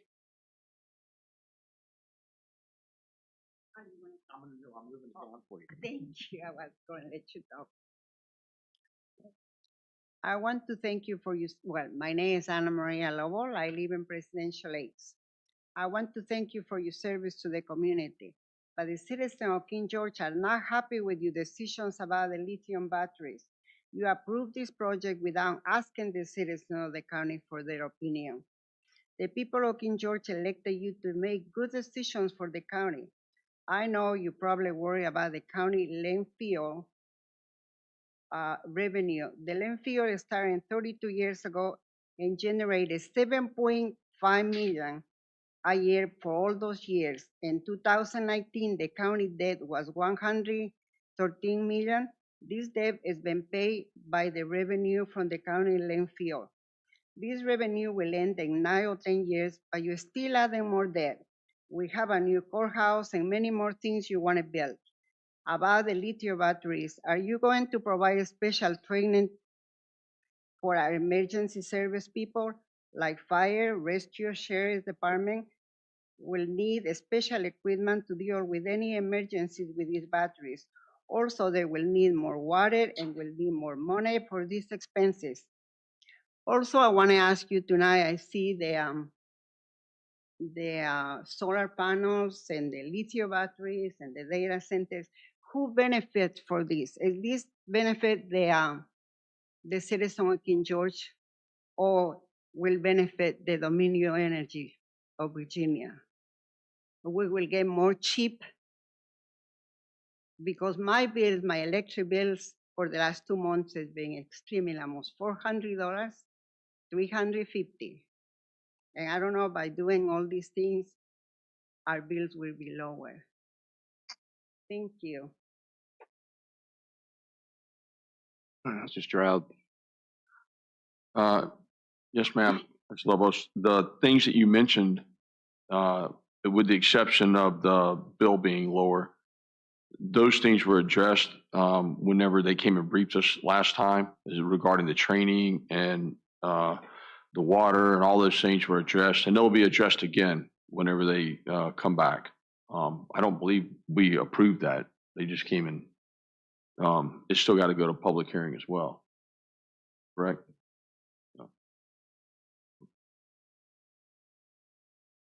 Oh, okay. It was approved, but it did have to go through a public hearing. I mean, that in and of itself is asking the county what they want. Right. So there's yeah. But those things have been addressed in great detail during that meeting, and it's probably in